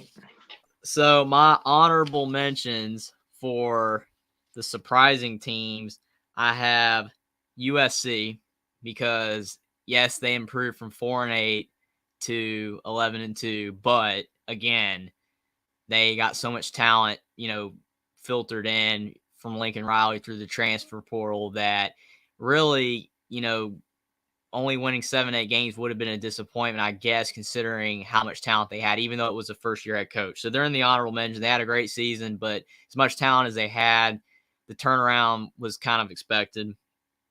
Illinois is in the honorable mentions because they've really turned it around. Brett Bielema is doing a great job at Illinois. I think that they're very close to being in the top 10, but for what he's done in the past as a head coach, you kind of expected it, especially with the Big Ten West being so unpredictable anyway. Almost any team can win it. Then for me, it's just they're not a top 10 most surprising. Maybe if they had have beaten Michigan, then they'd been in the top 10 for sure. But unfortunately, they fell just short. But yeah, they had a great season. Duke is in the honorable mentions. They really turned it around. I know it was Mike Elko's first season at head coach, and they went 8-4. But you look at who they played; they didn't really beat anybody. Their best win was Wake Forest. They beat all the bad teams in the ACC. So yes, massive turnaround because Duke usually can't do that. But they didn't really do anything that blew the socks off, and they were able to get some decent players in year one. I just think that overall, Duke didn't really have a massive leap. They definitely turned it around and they were a lot better, but I would just say that, especially with Mike Elk, we don't know how he's, going to coach at Duke. I mean, he could be, improve them even more. So I'll just say that there's other teams that are ahead of them that I couldn't really put Duke in the top 10, but they were surprised. Vanderbilt as well. If they had have made a bowl game, they probably would have been in the top 10, but they fell just short of that, but they definitely had their moments. Kansas State, they're an honorable mention. They had a great season, a lot better than a lot of people thought, but the Big 12 was down and had a lot of unpredictability to it, so that's why they're in the top 10. Not in the top 10, but outside the top 10. James Madison, they had a good season coming over from the FCS to the FBS. No one really knew what they were going to do. No one really thought maybe they'd do as well as they did, but they were a great FCS program, and they were in the Sun Belt, and they kind of did stumble a little bit later on in the season, but they still had a really good season in their first year as an FBS program. Florida State, they had a great season. They really turned it around, but they have a lot of talent. But I would just say that, again, kind of the USC thing, they have a lot of talent eventually. If Mike Norvell really is a good coach, and obviously he's starting to really show maybe that he can win, then again, Florida State, just not as much of a surprise with the amount of talent they have. UCLA, finally, Chip Kelly's starting to get them rolling. They've been steadily going up. They didn't take a massive lead this year. They were a lot better, but that Arizona loss kind of hurt, but they still had a great season. And South Carolina, they were slightly surprised as well, but they had a couple of interesting results that kind of hurt them from being in the top 10, but they're right on the outside. So for the top 10 most surprising teams, and I have a few teams that are, lower up here, which a lot of people be like, why didn't I put more Power 5? I just gave a little bit more love to teams that have been really awful lately, and they turned it around. But Oregon State is at number 10, and yes, they were an improving team as well. But Oregon State, they had some massive wins this year, And Jonathan Smith, what he's done at Oregon State, turning that program around and just going up. It's marvelous to see. And I have him at number 10. You really could have almost put almost any team in the honorable mentions. You could have put Duke, you could have put Illinois, you could have put USC, any team at number 10. But I just gave love to Oregon State because they've been bad for a long time and they've improved. Syracuse is at number 9, and some people would probably say, why is Duke not here, but Syracuse is, especially because Syracuse fell flat. But, I mean, Dino Babers looked like he was just completely toast, like he's going to get fired. His coaching job is over. Syracuse is in, the bottom of the AC. They're playing awful. They're playing worse than Duke was last year. But Syracuse was able to turn around and do some things. And once, Garrett Schrader got hurt and their season kind of derailed and he came back and wasn't the same. So if he hadn't got hurt, they might have had a better season. So that's why I have them in the top 10, because they did some really good things early on. Troy's at number 8. They were not a very good team last year. And John Summerall's first season as head coach, they went 12-2, won the Sun Belt. That's fantastic and deserves a lot of attention. South Alabama's at number 7. They were below 500 last year, and Kane Womack really turned them around. South Alabama's a really solid program, and they're newer to the FBS, so they deserve a lot of credit for that. Tennessee's at number 6, and I know that they lost to South Carolina, and that kind of derailed it a little bit, but still, no one thought maybe Tennessee would be this good. Hendon Hooker had a great season, and they beat Alabama, and they beat LSU on the road by 27. They had a fantastic season. It got a little bit downgraded at the end, but still very surprising. UConn's at number 5, and I know they ended the season 6-7, but UConn was just awful last year. The worst team in the FBS. Maybe they might not deserve to be number 5, but if you take into consideration how bad they were, then they should be in the top 10. And just to give them credit for what they did. Kansas is number 4, and I know some people are like, well, Kansas started the season out well, but then they fell apart. But again, Kansas was that bad. The reason why I don't have Duke is because Duke is not – they were not as bad as Kansas and Syracuse were last year, because Duke could be in the top 10. I'm sure one of you guys probably does, maybe. But again, Duke, very surprising. But Kansas was so awful last year. And Lance Leopold, to be able to get them to be playing confident football. And again, same with Syracuse, an injury at quarterback. Jalen Daniels got hurt, and Jason Bean's a solid quarterback, but he's not Jalen Daniels. Kansas had a higher ceiling when he was in, and they were playing better, just like Garrett Schrader at Syracuse. So I took injuries into account for why they were more surprising, because when their starting quarterbacks were in, they were even better than what they ended up as. Washington's at number 3 because they were 4-8, and then you get Michael Penix and you just turn it around and you go 10-2. I thought preseason they go 8-4, and a lot of people thought I was crazy. I did have an advantage point of watching Indiana a lot and seeing how good he was, that I was like, hey, if he can stay healthy, Washington is going to turn it around. But I didn't know they were going to go 10-2. If they hadn't lost to Arizona State, who knows how high they'd be on this list. It could be 2 or number 1. But Washington had a great season, and they really turned it around. They didn't have as much talent as USC, because, again, USC, great turnaround as well, but different circumstances. Number 2 is Tulane. Last year they went 2-10. This year, everybody knows what they did. Fantastic season for them. I mean, I know I kind of downgraded Tulane a bit every time Jackson brought it up, because I was like, well, yeah, they were 2-10 last year, but there was a hurricane. Michael Pratt got hurt. Almost the whole team was hurt. They almost beat Oklahoma last year when everything was going good and the hurricane hadn't happened, injuries hadn't happened. So maybe they would have gone 6-6 last year, 7-5, and they wouldn't have been as big of a surprise this year. But still, with everything that happened last year, Willie Fritz was able to keep the team together, and they were able to have a massive turnaround. It was a great season for Tulane. And again, at number 1, I have TCU, and what really needs to be said, TCU, they found ways to win. Do I think TCU is a top 4 team? No. Do they have top 4 talent? No. But they found ways to win. They made the college football playoff. They only have 1 loss to a top 10 team on a neutral field.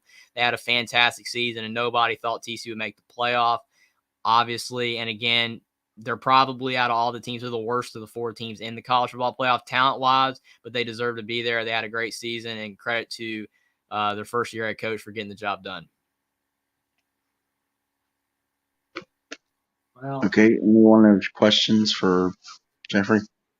yeah, I have a question about your top 10 surprising teams. What made you feel that Syracuse was on your top 10 surprise teams? because last year they were awful. They were worse than Duke. I basically explained it when I went through it that the only reason why I had Syracuse instead of Duke is because of the fact that Syracuse had an injury to their quarterback as well. They were awful last year, and at the beginning of the season, they looked really solid, and then Garrett Schrader went down, and then it all fell apart. And even when he came back, it wasn't the same. So, again, who knows what they would have done if he hadn't gotten hurt. Same with Jalen Daniels with Kansas. You know, they were playing a lot better before he got hurt. And both Kansas and Syracuse were way worse than Duke was the prior year. But I know what you mean. Duke could definitely be in the top 10. There's just so many to pick from, but that's just why I put Syracuse in the top 10. That's all questions I got. Yeah, I got None one. on my behalf. Why UConn? Because they were the worst FBS program last year. Again, that's why I said maybe I shouldn't have them as high, but I just gave them a lot of credit because they were that bad. They were awful. They couldn't score on anybody. They were one of the worst programs ever in history. I mean, maybe not in history, but they were that bad. And they just turned it around and go 6-6. Even though, again, I was on here last show and I said that UConn could have been 4-8 if, you know, Jake Hayner hadn't got hurt for Fresno State. They wouldn't have won that game. And then with the Liberty game, Hugh Freeze was, you know, rumored to go to Auburn, and Liberty didn't have their heads in the game, and UConn won that game too. But still, it was a massive turnaround. I just gave them a little bit more credit than I probably should have, but still a great turnaround for UConn. I mean, it's a great list, but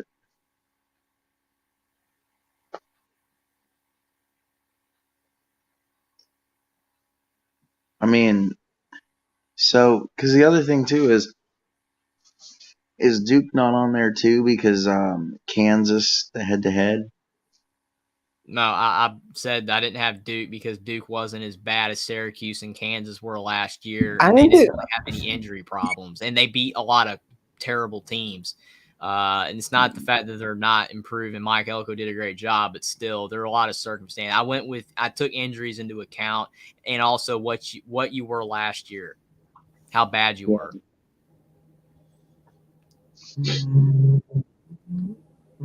I'm gonna disagree with you on one thing, Jeffrey. I know this is trivial, but Syracuse was 5-7 last year, and Duke was 3-9. Okay, I So mean, I I thought get it. I just felt Syracuse was worse, but you mean, you got a point. Yeah. The Dukes. Well, I guess that's all the questions from everybody for Jeffrey, right? Yep. Yeah. Unless Onward to the next. onward to Jackson's. Well, before we get to my top 10, here are a few honorable mentions. LSU, Florida State, James Madison, Troy, Vanderbilt, Arizona, South Carolina, North Carolina. I mean, the way South Carolina ended their season, like, I was just tempted to put them on my top 10, but I didn't. I did think about putting North Carolina on there, but I mean, the ACC Coastal is easy to win. So there you go. Arizona, they go from 1 win to 5 wins. That was a bit of a surprise right there, but, you know, is what it is. So no top 10 for you, Arizona. Sorry. Vanderbilt, you know, the way they beat Kentucky and Florida, and had they beaten Tennessee, they would be in the top 10 instead of Tennessee. So there you go. But great job, Clark Lee. You're doing a great job at Vanderbilt. Troy, you know, going from 4-8 to just having more wins than Alabama in the first year of John Sumrall, that's pretty big right there. But unfortunately, there are some teams that were more surprising than you, Troy. James Madison, you've done a fantastic job in your first year as an FBS team.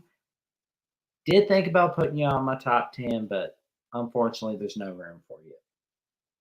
Florida State, your schedule got gradually easier as it went along. So there you go. LSU, had you not lost to Texas A&M, you would be in the top 10. So, but as we start, but I digress. I start off with Tennessee at 10. Now, I did not expect them to, yeah, I know, right? LS who? Yeah, Troy V agrees. Yeah, Tennessee, I did not expect them to compete for the SEC East. I didn't even expect them to compete for the SEC, but they did, and they were really awesome this year until the Hendon Hooker injury happened. So there you go. Washington, I was really surprised, because I expect them to make a bowl game. I didn't expect them to, have their primetime moments like against Michigan State and Oregon. That was unexpected for me right there. But Kansas State, they go from a 7-win team to winning the Big 12 title. That in and of itself is very surprising. That was a big surprise to me. I was super impressed with Kansas State. Illinois, I did not think they would be contending for the Big Ten West, but they did. So,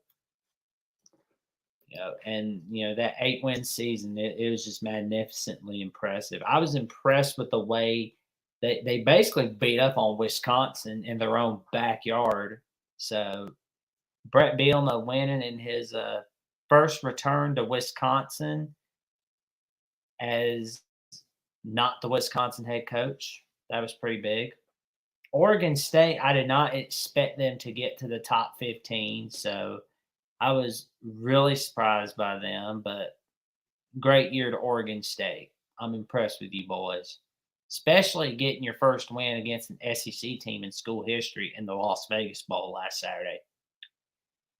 And Kansas, I expected you to win a few games you shouldn't. I didn't want you to, end your your non-bowl eligibility streak, and that was enough for me to put you in my top 5 right there.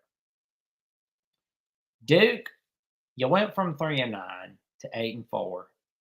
Congratulations to Coach Mike Elko. I'm impressed with the job he's done this year.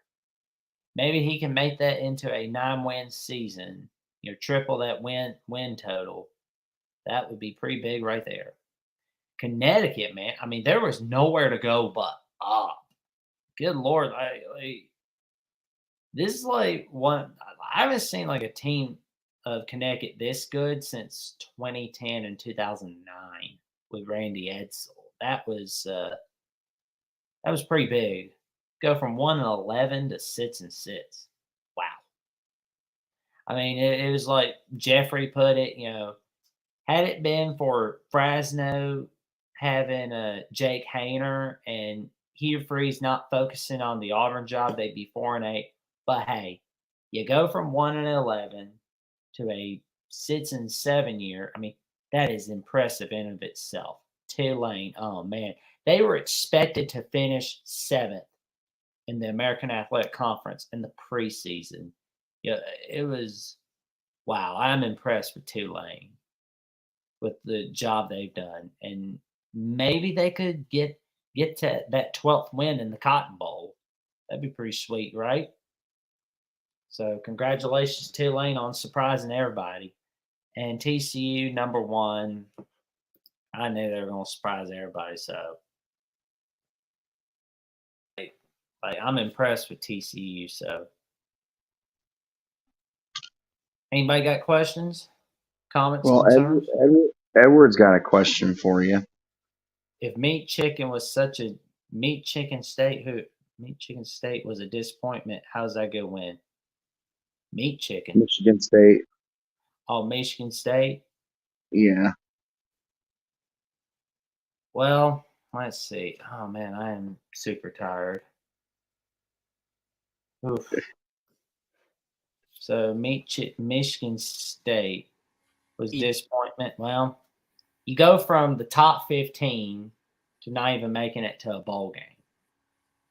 That's a disappointment in of itself. Is he talking about when you reference Washington? Yeah. You said it He's was a good saying, win.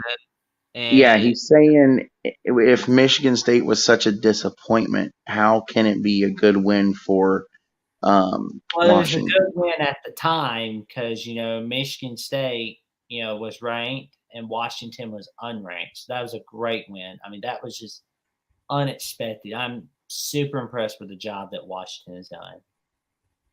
I hope I think the point he's getting at, though, Jackson, to help you understand, is we've seen what Michigan State is now, though. Michigan State is not very good. So that win doesn't look as good as it once did. Right. Yeah, but it still counts. That's what everybody doesn't like to remember. It still counts. And it's I understand it. if we're looking at it from the committee's point of view, it's what was it when it happened? It's not always what was it or what is it now. It's what was it when it happened. Right. Any questions? well, that's on why my top- early season rankings shouldn't exist, though, because of the fact when you hold a team in high regard and they end up not being good, they should have never been highly regarded in the first place. That's why a lot of people argue that you should have rankings after like week 5, so you can actually tell who's good and rank them accordingly, so you'll never think that was a great win to begin with. Well, that's why the whole reason, and sorry to go on this rant, but the whole reason that we have the preseason rankings and the AP rankings that we go off of until the CFP rankings come out is because they're all rankings that, honestly, for anybody who doesn't understand it, they don't matter. The CFP rankings are the ones that matter. So this whole time, yeah, you could be ranked number 1 and make it all the way through. It doesn't matter until the CFP rankings come out. True. Any questions about my top 10? Why Tennessee so low? Well, because they were somewhat expected to, surprise some teams, because of this year alone. But I think the Hendon Hooker injury, kind of factored into that. So if they were like 11-1, for example, or like won the East Division, they'd be a little higher than 10.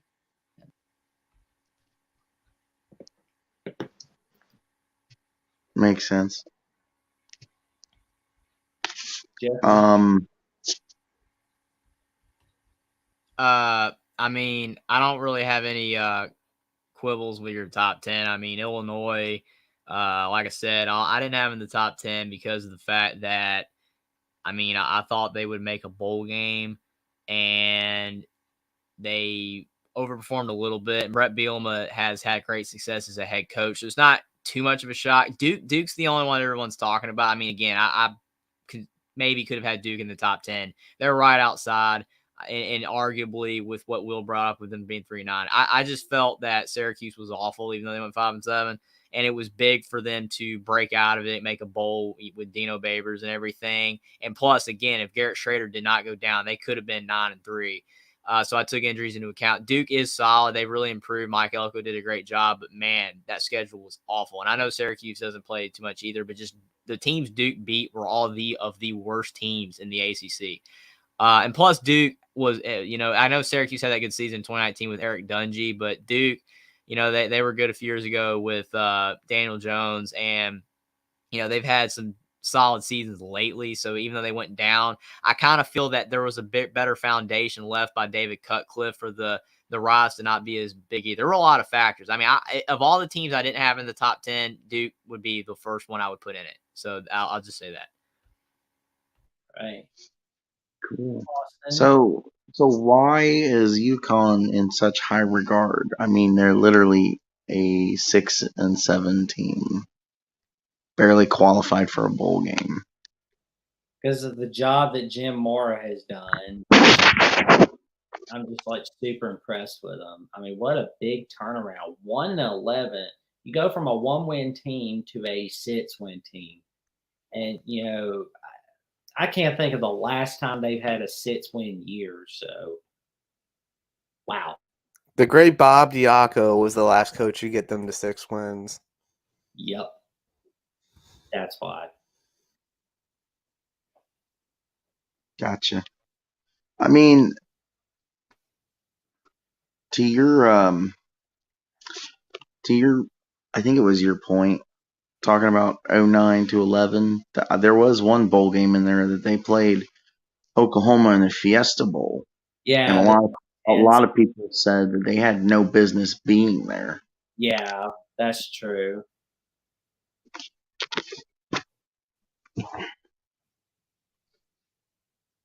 Austin, any questions? Nope, I'm good. What about you, Will? One question for you, Jackson. Okay. So Kansas State went 11-2, correct? They went This 11-2. year, Mm-hmm. Yep. And they're only in TCU went 12-1. So why do you have Kansas State so much lower than TCU? I thought Kansas State had 3 losses. Okay, they might. Yeah, they're like a well, 10-3. Still impressive though. yeah. Well, because nobody really expected TCU to make it to the playoffs in the preseason, right? I mean, like, nobody's really talking about this, but like Matt Duggan was having to fight for the quarterback position, the starting quarterback gig. Well, Hamas Hero said that gold and blue guy said TCU would go 3-9, and West Virginia would go 10-2. So I mean, and then I responded with, I would have never said that. Hamas Hero, that's too funny, man. Yeah, and Kansas State, as I recollect, they were just going to be like another 8-win team, right? Or 4-win team, something like that in the not 4 wins, excuse me. I'm a little tired. A 7-8 win team, like they have been last few years. But then they surprise everyone and win the Big 12 this year. That was just super big. I like the job that they've done this year. But, I was more impressed with Duke and Connecticut. Like, it has nothing to do with Kansas State. But to tell you the truth, I was impressed with Tulane, team that beat Kansas State in week 3, by the way. And I was really impressed with Connecticut, Duke, and Kansas, because, I mean, let's be real. Nobody had Kansas going to a bowl game. And Man, they will never stop with that. Oh, man. But Illinois, I was more impressed with Illinois than I was with Kansas State. I was impressed with Oregon State way more than I was with Kansas State. So, Will, it had nothing to do with Kansas State by themselves. It had more to do with the other teams, to be honest. Okay, cool. I mean, I did the same thing, but I wanted to hear what you had to say about it. All right. I guess. Yeah, okay, believe it when we see it. No worries, man. You're all good. Any other questions for Jackson? I don't think so. Only other thing I would say is, for Connor's sake, I don't think that the Oregon State logo is big enough. Yeah. Yeah, that thing's tiny, man.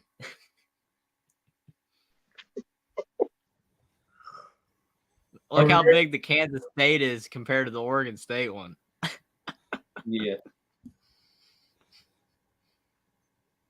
All right, Austin, your turn, buddy. Cool. Let's get this party going. So at number 10, I have Illinois. Brett Bielema did a fantastic job this year turning Illinois around. They were a team that was not very good last year. And the fact that, yes, the record states they are 7-5, But to start the season off 7-1 and only lose to Michigan by 2 on a last-second field goal, like, that's very improved in my book, because other Illinois teams wouldn't have even played Michigan that close. And the fact that Britt Bielema got them to 7-1, yes, they did fall off towards the end. I get that. But the fact that he took an Illinois team 7-1 that was nowhere near 7-1 in the first place to get them to that record and in the top college football playoff rankings the first week, that's a big success, big surprise for me. I didn't think they would be this good this quick. And then Florida State at number 9. Florida State, they've been the team that's been up and down a lot. And for this year, for them to finally put it together and get 9 wins, that's a little surprising. I wasn't expecting them to make that big of a jump so quick. Jordan Travis, that dude can ball. And Florida State's finally putting it together. They dominated Syracuse. They dominated the preseason national champion, the Miami Hurricanes. They gave Clemson a run for their money. They beat Louisville by 4 in the Ville. I know that sounds homerish, but that's still a good win. Florida State has just been very impressive the way they've been able to put it together and not be inconsistent. 5 wins, 6 wins, 3 wins. The fact that they got to 9 so quick after the roller coaster of emotions, I think that's a big surprise to me. Tulane, from going 2-10 to winning the American Championship, that is a big jump and improvement. That's a big jump.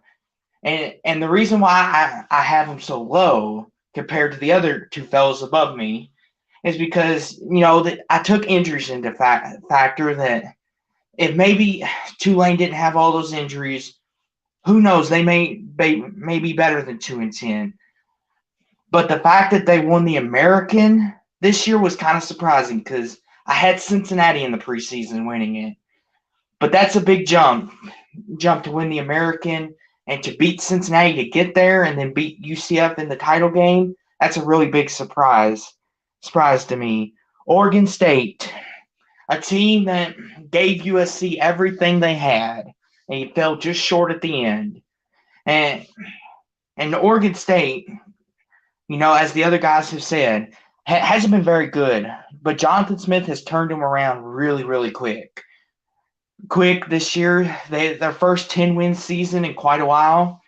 And the fact that they got to 10 wins this year was surprising to me because I thought Oregon State, their baseline would have been 8 wins. I've been like, okay, anything above 8 wins, you're kind of dreaming. But the fact that they got 10 wins and the way they came back against Oregon, and then that's just surprising and impressive all in one. Like, Oregon State proved that they're here and they're for real. And number 6, Tennessee, the team that Alabama basically was their cupcake game in the SEC, was like, Tennessee, But this year, Tennessee finally got the dragon off their back. They finally slayed the dragon. And not to mention that Hendon Hooker, what a Heisman candidate season he had. The fact that they finally beat Bama, they went to LSU, they slapped them around, and the fact that Tennessee was 2 spots away from making the college football playoffs after going 5-7, I do believe, the previous year. That's surprising to make that big of a jump in the second year. Josh Heupel, what an impressive job you have of turning that Volunteers program around. Like, great job, and that's something Tennessee fans can be proud of. USC, the USC Trojans, Lincoln Riley, his first year, took a 4-8 team that Clay Helton was originally the coach at. Lincoln Riley took a 4-8 USC program, got him to their first Pac-12 title game since 2020, the COVID year, and the fact that he got them to 11-2, and they were one stop away from being 12-1 possibly and in the college football playoffs.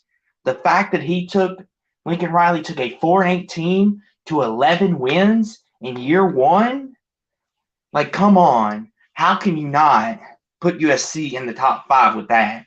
That's incredible. Yes, you could say, oh, they have Caleb Williams. They have all these superstars. But the fact that Lincoln Riley took almost a pile of garbage and turned it into gold, come on. And USC, I mean, yes, great season. That's surprising that he was able to turn that program into a perennial playoff team. Almost Pac-12 champions again.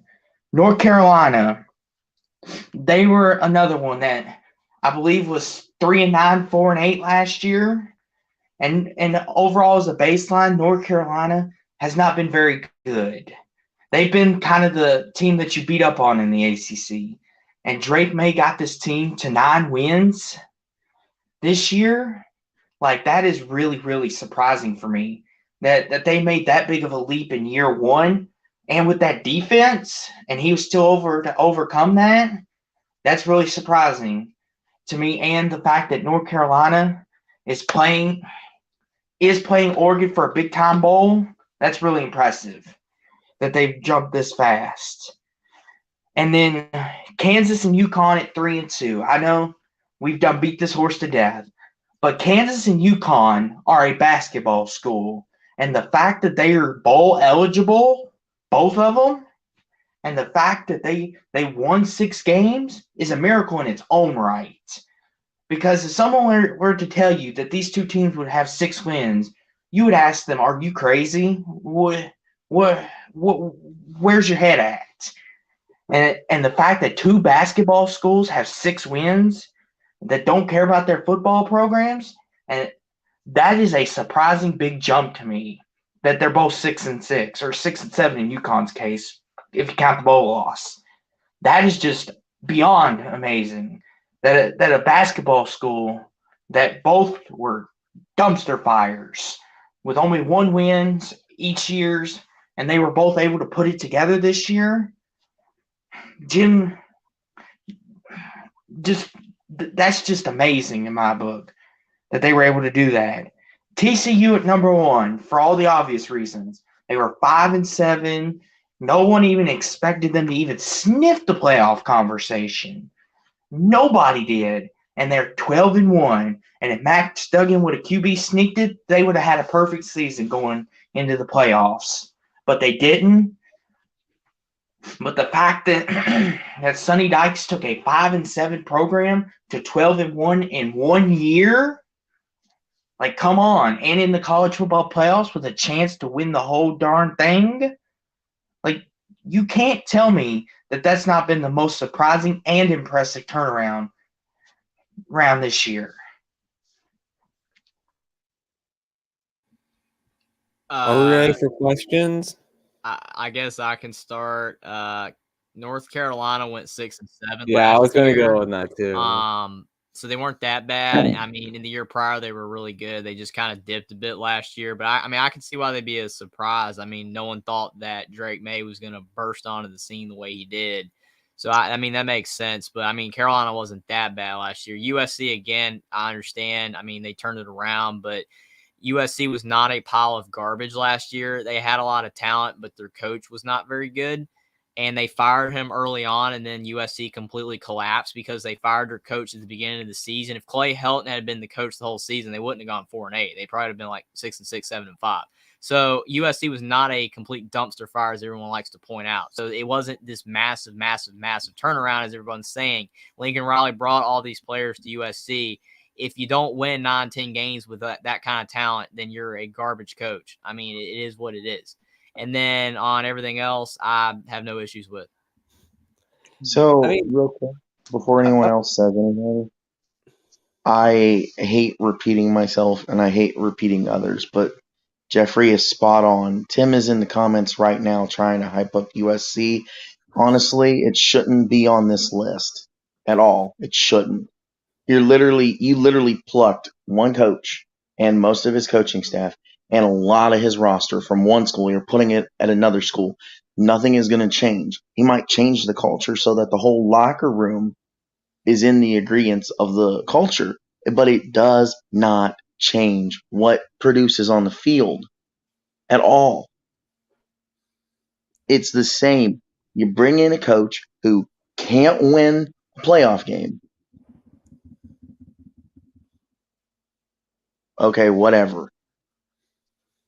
The point is,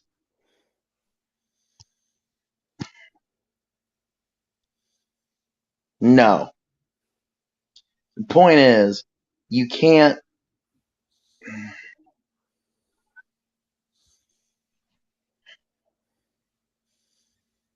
My point is, it's not a surprise because guess what? Like Jeffrey said, Jeffrey was spot on with everything. You guys would have been, you know what? I'm done. Move on. Okay, so I'm gonna just ask you about UNC Austin because I think it's Go for it, Will. I think it's good that you gave them that you like bigged them up, but like they lost to I don't know. For me, what really sticks out to them is that they lost to Georgia Tech, and Georgia Tech. I mean, Brent Key did do a better job with the Jackets this year, but I don't know, man. Like I just don't think they're very good. And for the Tar Heels to lose to them, I don't know. It kind of ruins it for me a bit. Okay, Will, so let me go a little in-depth explaining real quick. So the reason why UNC is here for me, yes, I get it. They had that bad loss to Georgia Tech. I get it. I understand if that's why they would stay out of yours. But the fact that they were playing for an ACC championship this early, like that they're playing for an ACC title, that's pretty huge for a North Carolina program who has consistently been on the wavelength of not being very good. That have been kind of the team you beat up on. Well, they made a New Year's Six Bowl in 2020, so I don't know. Like in my opinion, this is just my opinion. I don't think they're really like a weak link in the ACC, and they're also ranked 10th going into 2021. So for me, I don't know. Like I understand why you have them up there, but for me, like I don't know. I wasn't that surprised about it. That's just my opinion. Okay, and I get it, Will, and Will. It's a thing for me is how I base it off on is that you're saying North Carolina was 6-7, but the fact that they jumped from 6 to 9, I know that's only 3 wins different, but they also made the conference title game and they're playing in a major bowl this year too with it. Like that's a big jump, and Drake May. A lot of people believe he still should have been a Heisman candidate. That's another story for another day. Mm-hmm.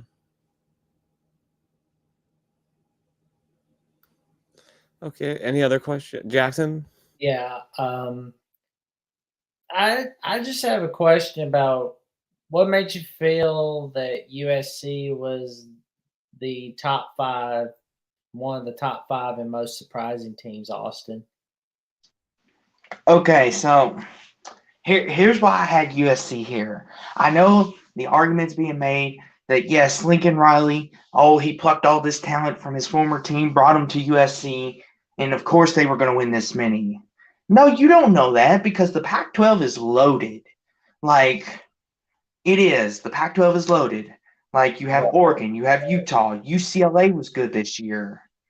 I mean, and the fact that USC overcame the gauntlet at their schedule and Caleb Williams was able to get them over that hump, like, that's impressive. And the fact that USC was 4-8 with literally nothing, and Lincoln Riley comes in and changes the culture of the team and puts them in 11 wins and takes them to a New Year's Six, and they're one play away in the Utah game in Salt Lake. If the 2-point conversions is no good, we're talking about USC in the playoffs. Like, that's impressive. Like, not many coaches could do that in year one. Yeah, but here is the thing. If you look at the preseason polls, right, if you look at say the Phil Steele magazine. Guess who he had as his number one surprise team? USC. You know, Well, it and still makes them a surprise. I'll give them this. The Trojans this. yeah, It does still make them a surprise. Like people thought they would be better, but it's still surprising that they're this good and that they're beating yeah. I mean, I'm many not, good Pac-12 teams. yeah, but I mean, I like what USC has done. I got a whole point here. Okay, I'm gonna shut this narrative about USC down. Tim's never gonna agree with me, and Buck I might, and that's fine because I mean it doesn't matter. Everybody's entitled to an opinion. But USC's recruiting class in 2021 was number 7 in the country. You're trying to tell me that's a dumpster fire? No. Yeah. It's not a dumpster fire. You have talent. The coach got fired early in the season. The team tanked. They gave up. They quit. They would have been better than 4-8, but they quit. And then you bring in the transfer portal. Tim said it was 2 players from Oklahoma. It was 3, but he brought in a 3-star linebacker from Utah, a 2-star defensive lineman from San Jose State, a 5-star wide receiver in Jordan Addison in the transfer portal rank. He was a 4-star out of college, but he was from Pitt, a 3-star corner out of Washington, a 3-star defensive line out of Wyoming, a 4-star linebacker out of Arizona State, 3-star safety out of Ohio State, 5-star quarterback out of Oklahoma, 3-star linebacker out of Alabama, a 3-star linebacker out of Auburn, a 4-star running back from Oregon, a 3-star running back from Stanford, a 4-star cornerback from Oklahoma, 3-star cornerback from Colorado, a 4-star wide receiver from Colorado, a 4-star wide receiver from Oklahoma, a 3-star defensive line from Kansas State, a 3-star wide receiver in Washington, a 3-star wide receiver from Virginia, or offensive tackle from Virginia, and a 3-star defensive line from TCU.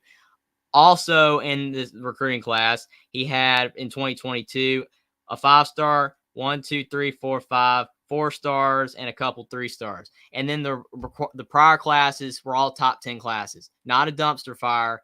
Lincoln Riley brought in talent. It might not have been the elite. It might not have been the whole Oklahoma team, but you took the best 3 from Oklahoma. You took a lot of other players from the portal. You've already had a lot of players at USC that were already good to begin with. They finally played under a good coach, and you got it done.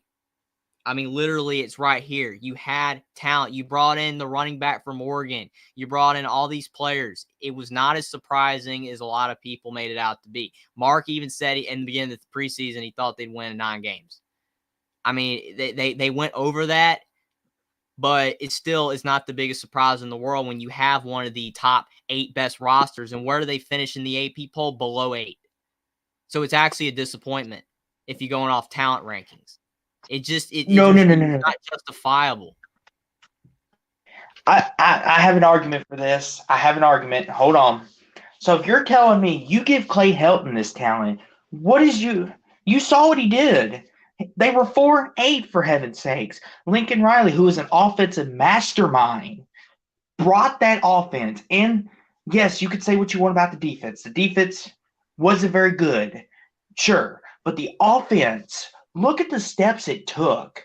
And the fact that they won 11 games, like, come on. What coach could do that in year 1? Like that. Kalen DeBoer took Washington from 4-8 to 10-2 with Penix. The thing that most impresses me about with the Trojans is, I'll say this: I think that changing of the culture was the most amazing thing. Like just how much, because culture matters. Points out, undeveloped. USC had talent that was undeveloped. Lincoln Riley did a fantastic job, but they had talent on the team. They you could say they exceeded expectations. I mean, to me, if you're going off surprising teams, you got to give these smaller teams some love that haven't been good in forever, that have no talent. Does UConn have talent? They don't. USC has a lot of talent. It was a remarkable job by Lincoln Riley. But all me and Buck and Mike are saying is that it's not a complete surprise what they did. They have a lot of talent on the team. The talent is a top 10 team.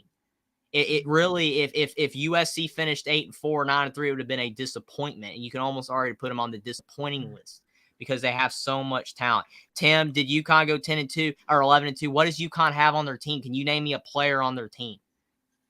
Taquan Roberson from Penn State, he didn't even play most of the season at quarterback. They don't have talent. They've got nothing. USC has the best talent in the world. I like USC a lot, Tim. I'm just saying that it's not a biggest surprise in the world. So to your point and to the point of the comment on screen is basically what I was trying to say. I couldn't gather my words, and I'm sorry. That was not very Yeah, it wasn't adult of me. shocking. That was I was trying to say that, and it just wouldn't come out for whatever Yeah, reason. see, Tim's just not understanding the point. Was UConn 4-quarter away from going to the play? UConn will never go to the playoffs unless somehow college football is turned upside down. It's not comparable. You can't compare USC to UConn. UConn's a surprise because no one thought they'd win 6 games. If you said to at the preseason that USC can win 11 games, would that have been impossible? I would have said that it is possible that they can win 11 games. If you had said in the preseason UConn was going to win 6 games, I'd have said no. That's why it's a surprise. There's a difference. It's about comparable. You're comparing apples to oranges here. It's just not the same thing. Yeah. I mean, I just think that I'm most impressed with Lincoln Riley about changing the culture of USC. Like, the culture at USC in 2021 was similar to what it is at A&M now. And that he was able to just turn that culture like this. Just like with the key thing. I think that's what makes, for me, that's what makes him like borderline top 10. Like, I kept them out of my top 10, but I just think the culture thing was the most important. Hold on. So to Roger Dodger's point, what do you consider a dumpster fire? A dumpster fire is consistently winning 3-4 games a year. They went 8-4, 9-3 a lot of the time under Clay Helton, and then they fired him at the beginning of the season, and that is why they went 4-8. If he was the head coach of that team, they do not go 4-8. They chose to fire him at the beginning of the season. They didn't have to, but they did. They chose to suck. They chose to go 4-8. I mean, they literally did. They actually would have sucked anyway compared to what they should be with Clay Helton. That's why he is fired. Lincoln Riley is way better than Clay Helton, but still, to say they're a dumpster fire is not true. So if they were a dumpster fire, then they would not have been able to turn it around to be almost a playoff team. That's why they're not a dumpster fire, because they're able to get players like Caleb Williams to come and Lincoln Riley to be there. They're not a dumpster fire. They're a great program. That can also speak to the fact of how great of a coach Lincoln Riley is, too, the fact that he could do that so quickly. That's what I was trying to gather. We are. I just said Lincoln Riley's a great coach. I mean, how am I saying not to give him respect? I said he's way better than Clay Helton. I'm just saying it's not a complete surprise. Because here's the thing. Is it that USC just stunk because the culture was bad during that time? Or is it literally that Clay Helton is a bad coach? How is this miraculous, though? I just don't understand, man. I mean, again, they had a great season, but they have a top 10 talented roster. They should be doing what they just did. Maybe it's a bit surprising because it was year one, but they had the talent with Clay Helton. They didn't get it done. That's why they fired him.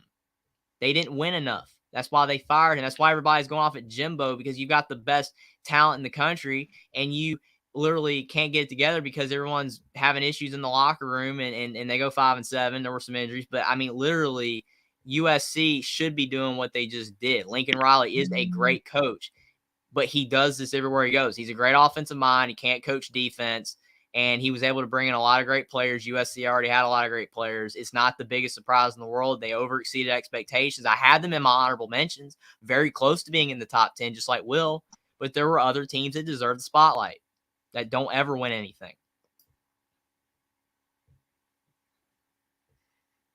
Ooh, Roger Dodger does bring up a good point. I think we've talked about this enough. Let's move on. Let's stop the USC talk. I mean, I'm sorry if I went crazy. I'm not going crazy. I'm just making an argument. I mean, it is what it is. I mean, I had them in the honorable mentions.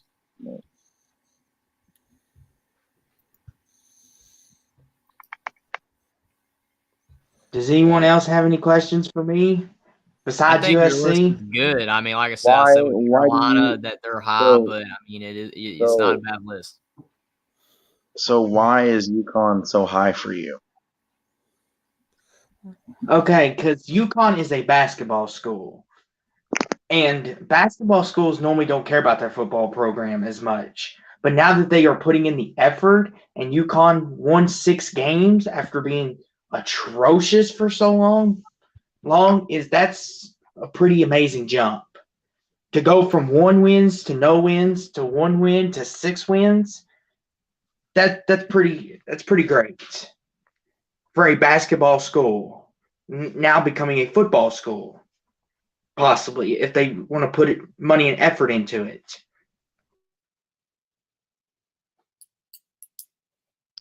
That makes sense.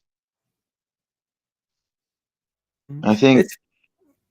I think there should be some sliding around, but I mean it is your top 10, so I mean I don't really agree with you in certain areas. Like I don't know, Tulane I think should be higher, but I mean like I said, everything you have is justified. I would probably put, if I wanted SC on this list, realistically probably at 7, Oregon State at 5. Tennessee at 9 and Florida State at 6 would probably. But again, Which, it's your list, and I respect it. yeah, not to go down no rabbit hole, I just put USC in my top 5 because I'm a little more impressed than maybe you guys were, which is cool. Not everyone was impressed the same level.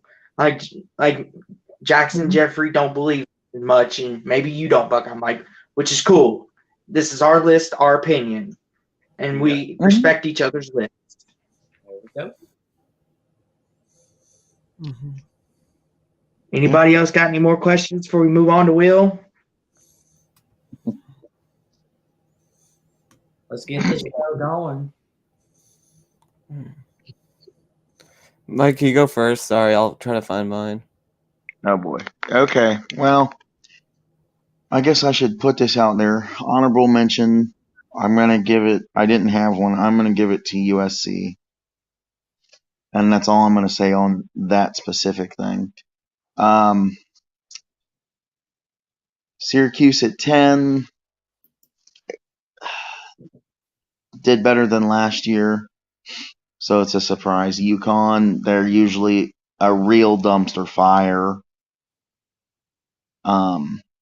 So them winning 6 games and being bowl eligible surprised me. Duke, they're also usually a dumpster fire. So that's why they kind of surprised me. Illinois, usual dumpster fire. Washington, they're starting to finally turn around. Be like they were with Jake Browning. Kansas State, at 5 for me, mostly just riding off of Big 12 champions. Kansas at 4, again, usual dumpster fire, huge turnaround. Lance Leopold, not enough credit, man. Not enough credit. Oregon State, usual up and down team. A big surprise this year, beating the teams that they beat. That Civil War win weighs heavy with me for the surprise. Tulane, everybody's talked about it, so I won't say anything else. And same with TCU. TCU is the most legit surprise team of the year, and that's all I got.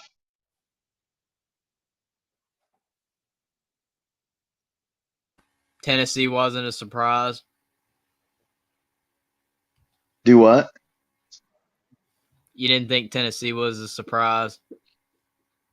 Top 10. I mean, it would. I don't know. I guess I would, based on who I have in there, maybe take out Syracuse and put them in. I wasn't completely thinking. Oh, you're good. I was just wondering. I mean, it doesn't matter.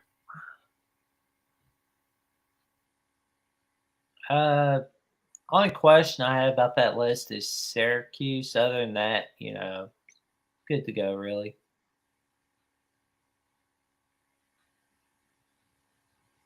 Yeah, I mean, maybe they don't necessarily deserve to be in it, but I got to like Illinois, and I'm like, okay, who else?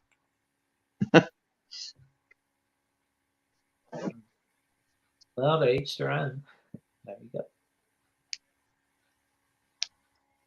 Austin.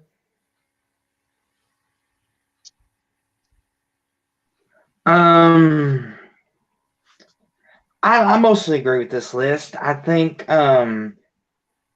Syracuse is another one that yeah, you can argue that maybe they don't need to be there necessarily, but I understand why they're there. Hmm. But other than that, it's a pretty good list. Yeah. Well,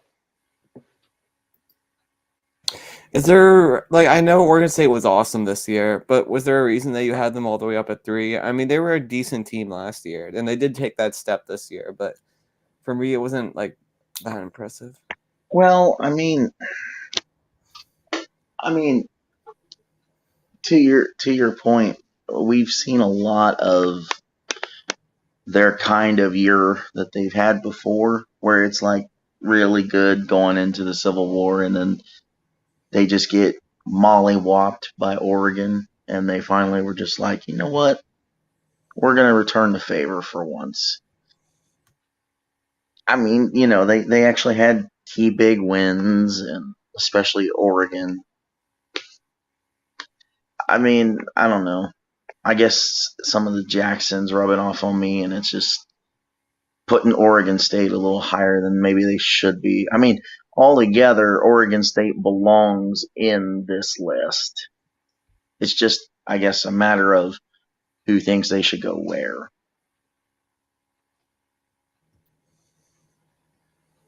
Okay.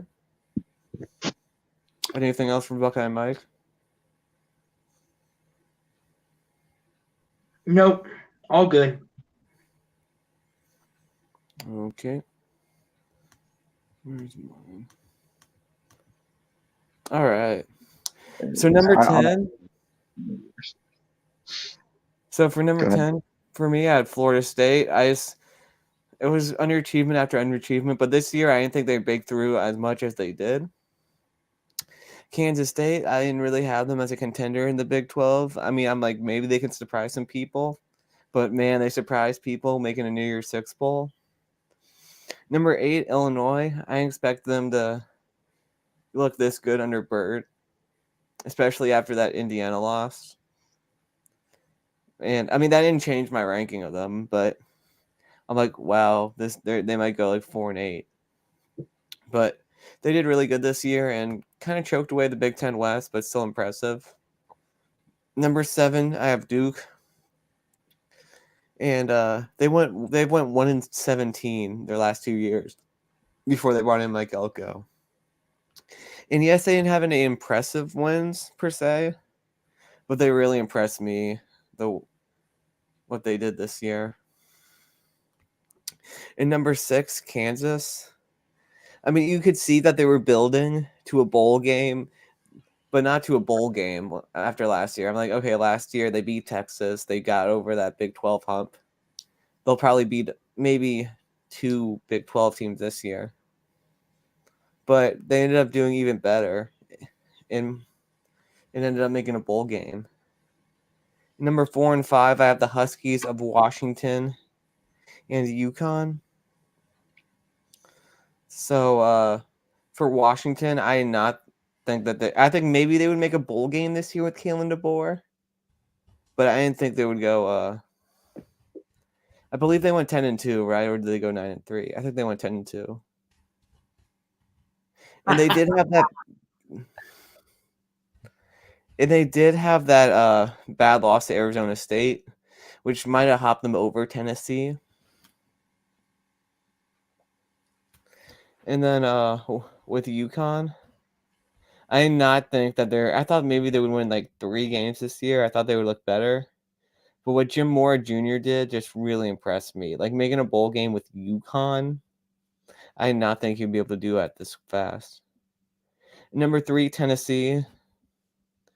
Never in my life of watching college football. That would be, I started watching about 2007. Did I ever see Tennessee beat Alabama? And they did it this year. I'm like, oh my gosh, it happened. And yes, they did fall apart at the end with the South Carolina loss, but it was still a very impressive season for Tennessee. I just wish their fans weren't that annoying on social media. And then Tulane, 2 wins last year. I know they had a lot of injuries, but to make a New Year's Six bowl after a 2-win season, for me, that just automatically puts them in there. And I didn't think they would. I thought they lost their chance when they lost to UCF, but to turn it around and to beat Cincinnati at Cincinnati, breaking that losing streak. I mean, that winning streak for Cincinnati, that long winning streak, to me, just put them over the top and had to put them in the top 2. And number 1, I have TCU. They went from, I believe they were 4-8. They were 5-7 last year, or 4-8. They go 13-1, make the college football playoff. No one expected that. Just simply an amazing job for TCU. Any questions, guys? I don't really have any questions to your point about Illinois losing to Indiana didn't affect your ranking. Yeah, if they played Indiana later in the season, they more likely would have won. Again, that's the whole week one debate. Doesn't justify it doesn't mean that you're a bad team if you lose, like Utah losing to Florida. Week 1 results should be kind of taken with a grain of salt. Illinois was clearly better than Indiana. They just lost the game because it was a week 1 game. But yeah, I don't really have any questions. Mm-hmm. What kind of bird? No is questions on my end. that? I just looked up Indiana mascot. I mean, Illinois mascot. I don't know what type of bird it is. I But... was talking about number 2 and number 8. Oh, number 2 is a pelican for Tulane. I had a feeling it was. It's like he's got a lot of water storage in his mouth, I bet. Yeah. The number 8 bird looks kind of angry, though. He looks mad. Yeah. I don't want to get on his bad side. I'll tell you what. Yeah. Who is it? Is it Louisville? It's Illinois. Oh, it's Illinois. Yeah. Mm-hmm. Austin, what were your 2 questions for Will? No, I said I had no questions. Okay. Oh, my error. I think it's me being tired. Just kind of. Oh, man. Why does 4 or 5 get the cutest pictures? Well, who doesn't love a good husky dog? Mm-hmm. Yeah, puppy dogs rule. I would go Washington at 5 and UConn at 4. Oh my Justin's God. at it again. Okay, Really? blue guy. Come on, guys. Come on. And Edward says, "Come on, Mike, that bird doesn't have teeth." Well, you got to realize that picture's like that big. Oh, it's hard to see. I didn't even know what some of these were myself. They're cool, Yeah. though. Yeah, it's not a bad choice the way you went with it. Well, it's cool. It's different, but sometimes it's hard to tell. So, an honorable mention for me was UCLA because Chip Kelly finally got it together. But I have something to say about Dante Moore, who's going to UCLA. Now, Dante was originally committed, if you guys might have forgotten, he was committed to Notre Dame. He was committed to Notre Dame and then took and then he wanted some of Daddy Phil's money, so he went over to Eugene. But suddenly, now he cares about playing time and went to UCLA. Now, he could have went, but why? He should have just stayed at South Bend. He should have stayed at South Bend. He was going to play with a better team with a chance to make the college football playoff this year. why didn't Dante? It's not all about the money, Dante. You're gonna get the money later with how good you're gonna play. You're gonna get the NIL later. You should have waited for the money and went to South Bend, Dante. He may regret this. He may get hurt because the UCLA O-line is nowhere near the O-line that Notre Dame has. That's all I have to say about Dante. Bad decision. But with that being said, guys, I think this has been a really good show. And I'd like to tell everybody, if you like this content, make sure you join us back here Thursday night as we will be doing Bowl Pick'ems Part 2 because it is officially bowl season. We'll be picking some of the best bowl games out there. And make sure to like and subscribe. Enjoy your all's night. And we will see you back here Thursday for Bowl Pick'ems Part 2. Exactly. You have an awesome night. And don't forget, we have Thanks some for being here, everybody. We have some Everybody awesome- have a good one. Stay tuned. I just wanted And to go excuse to Cards, talk about Dante more, Tim.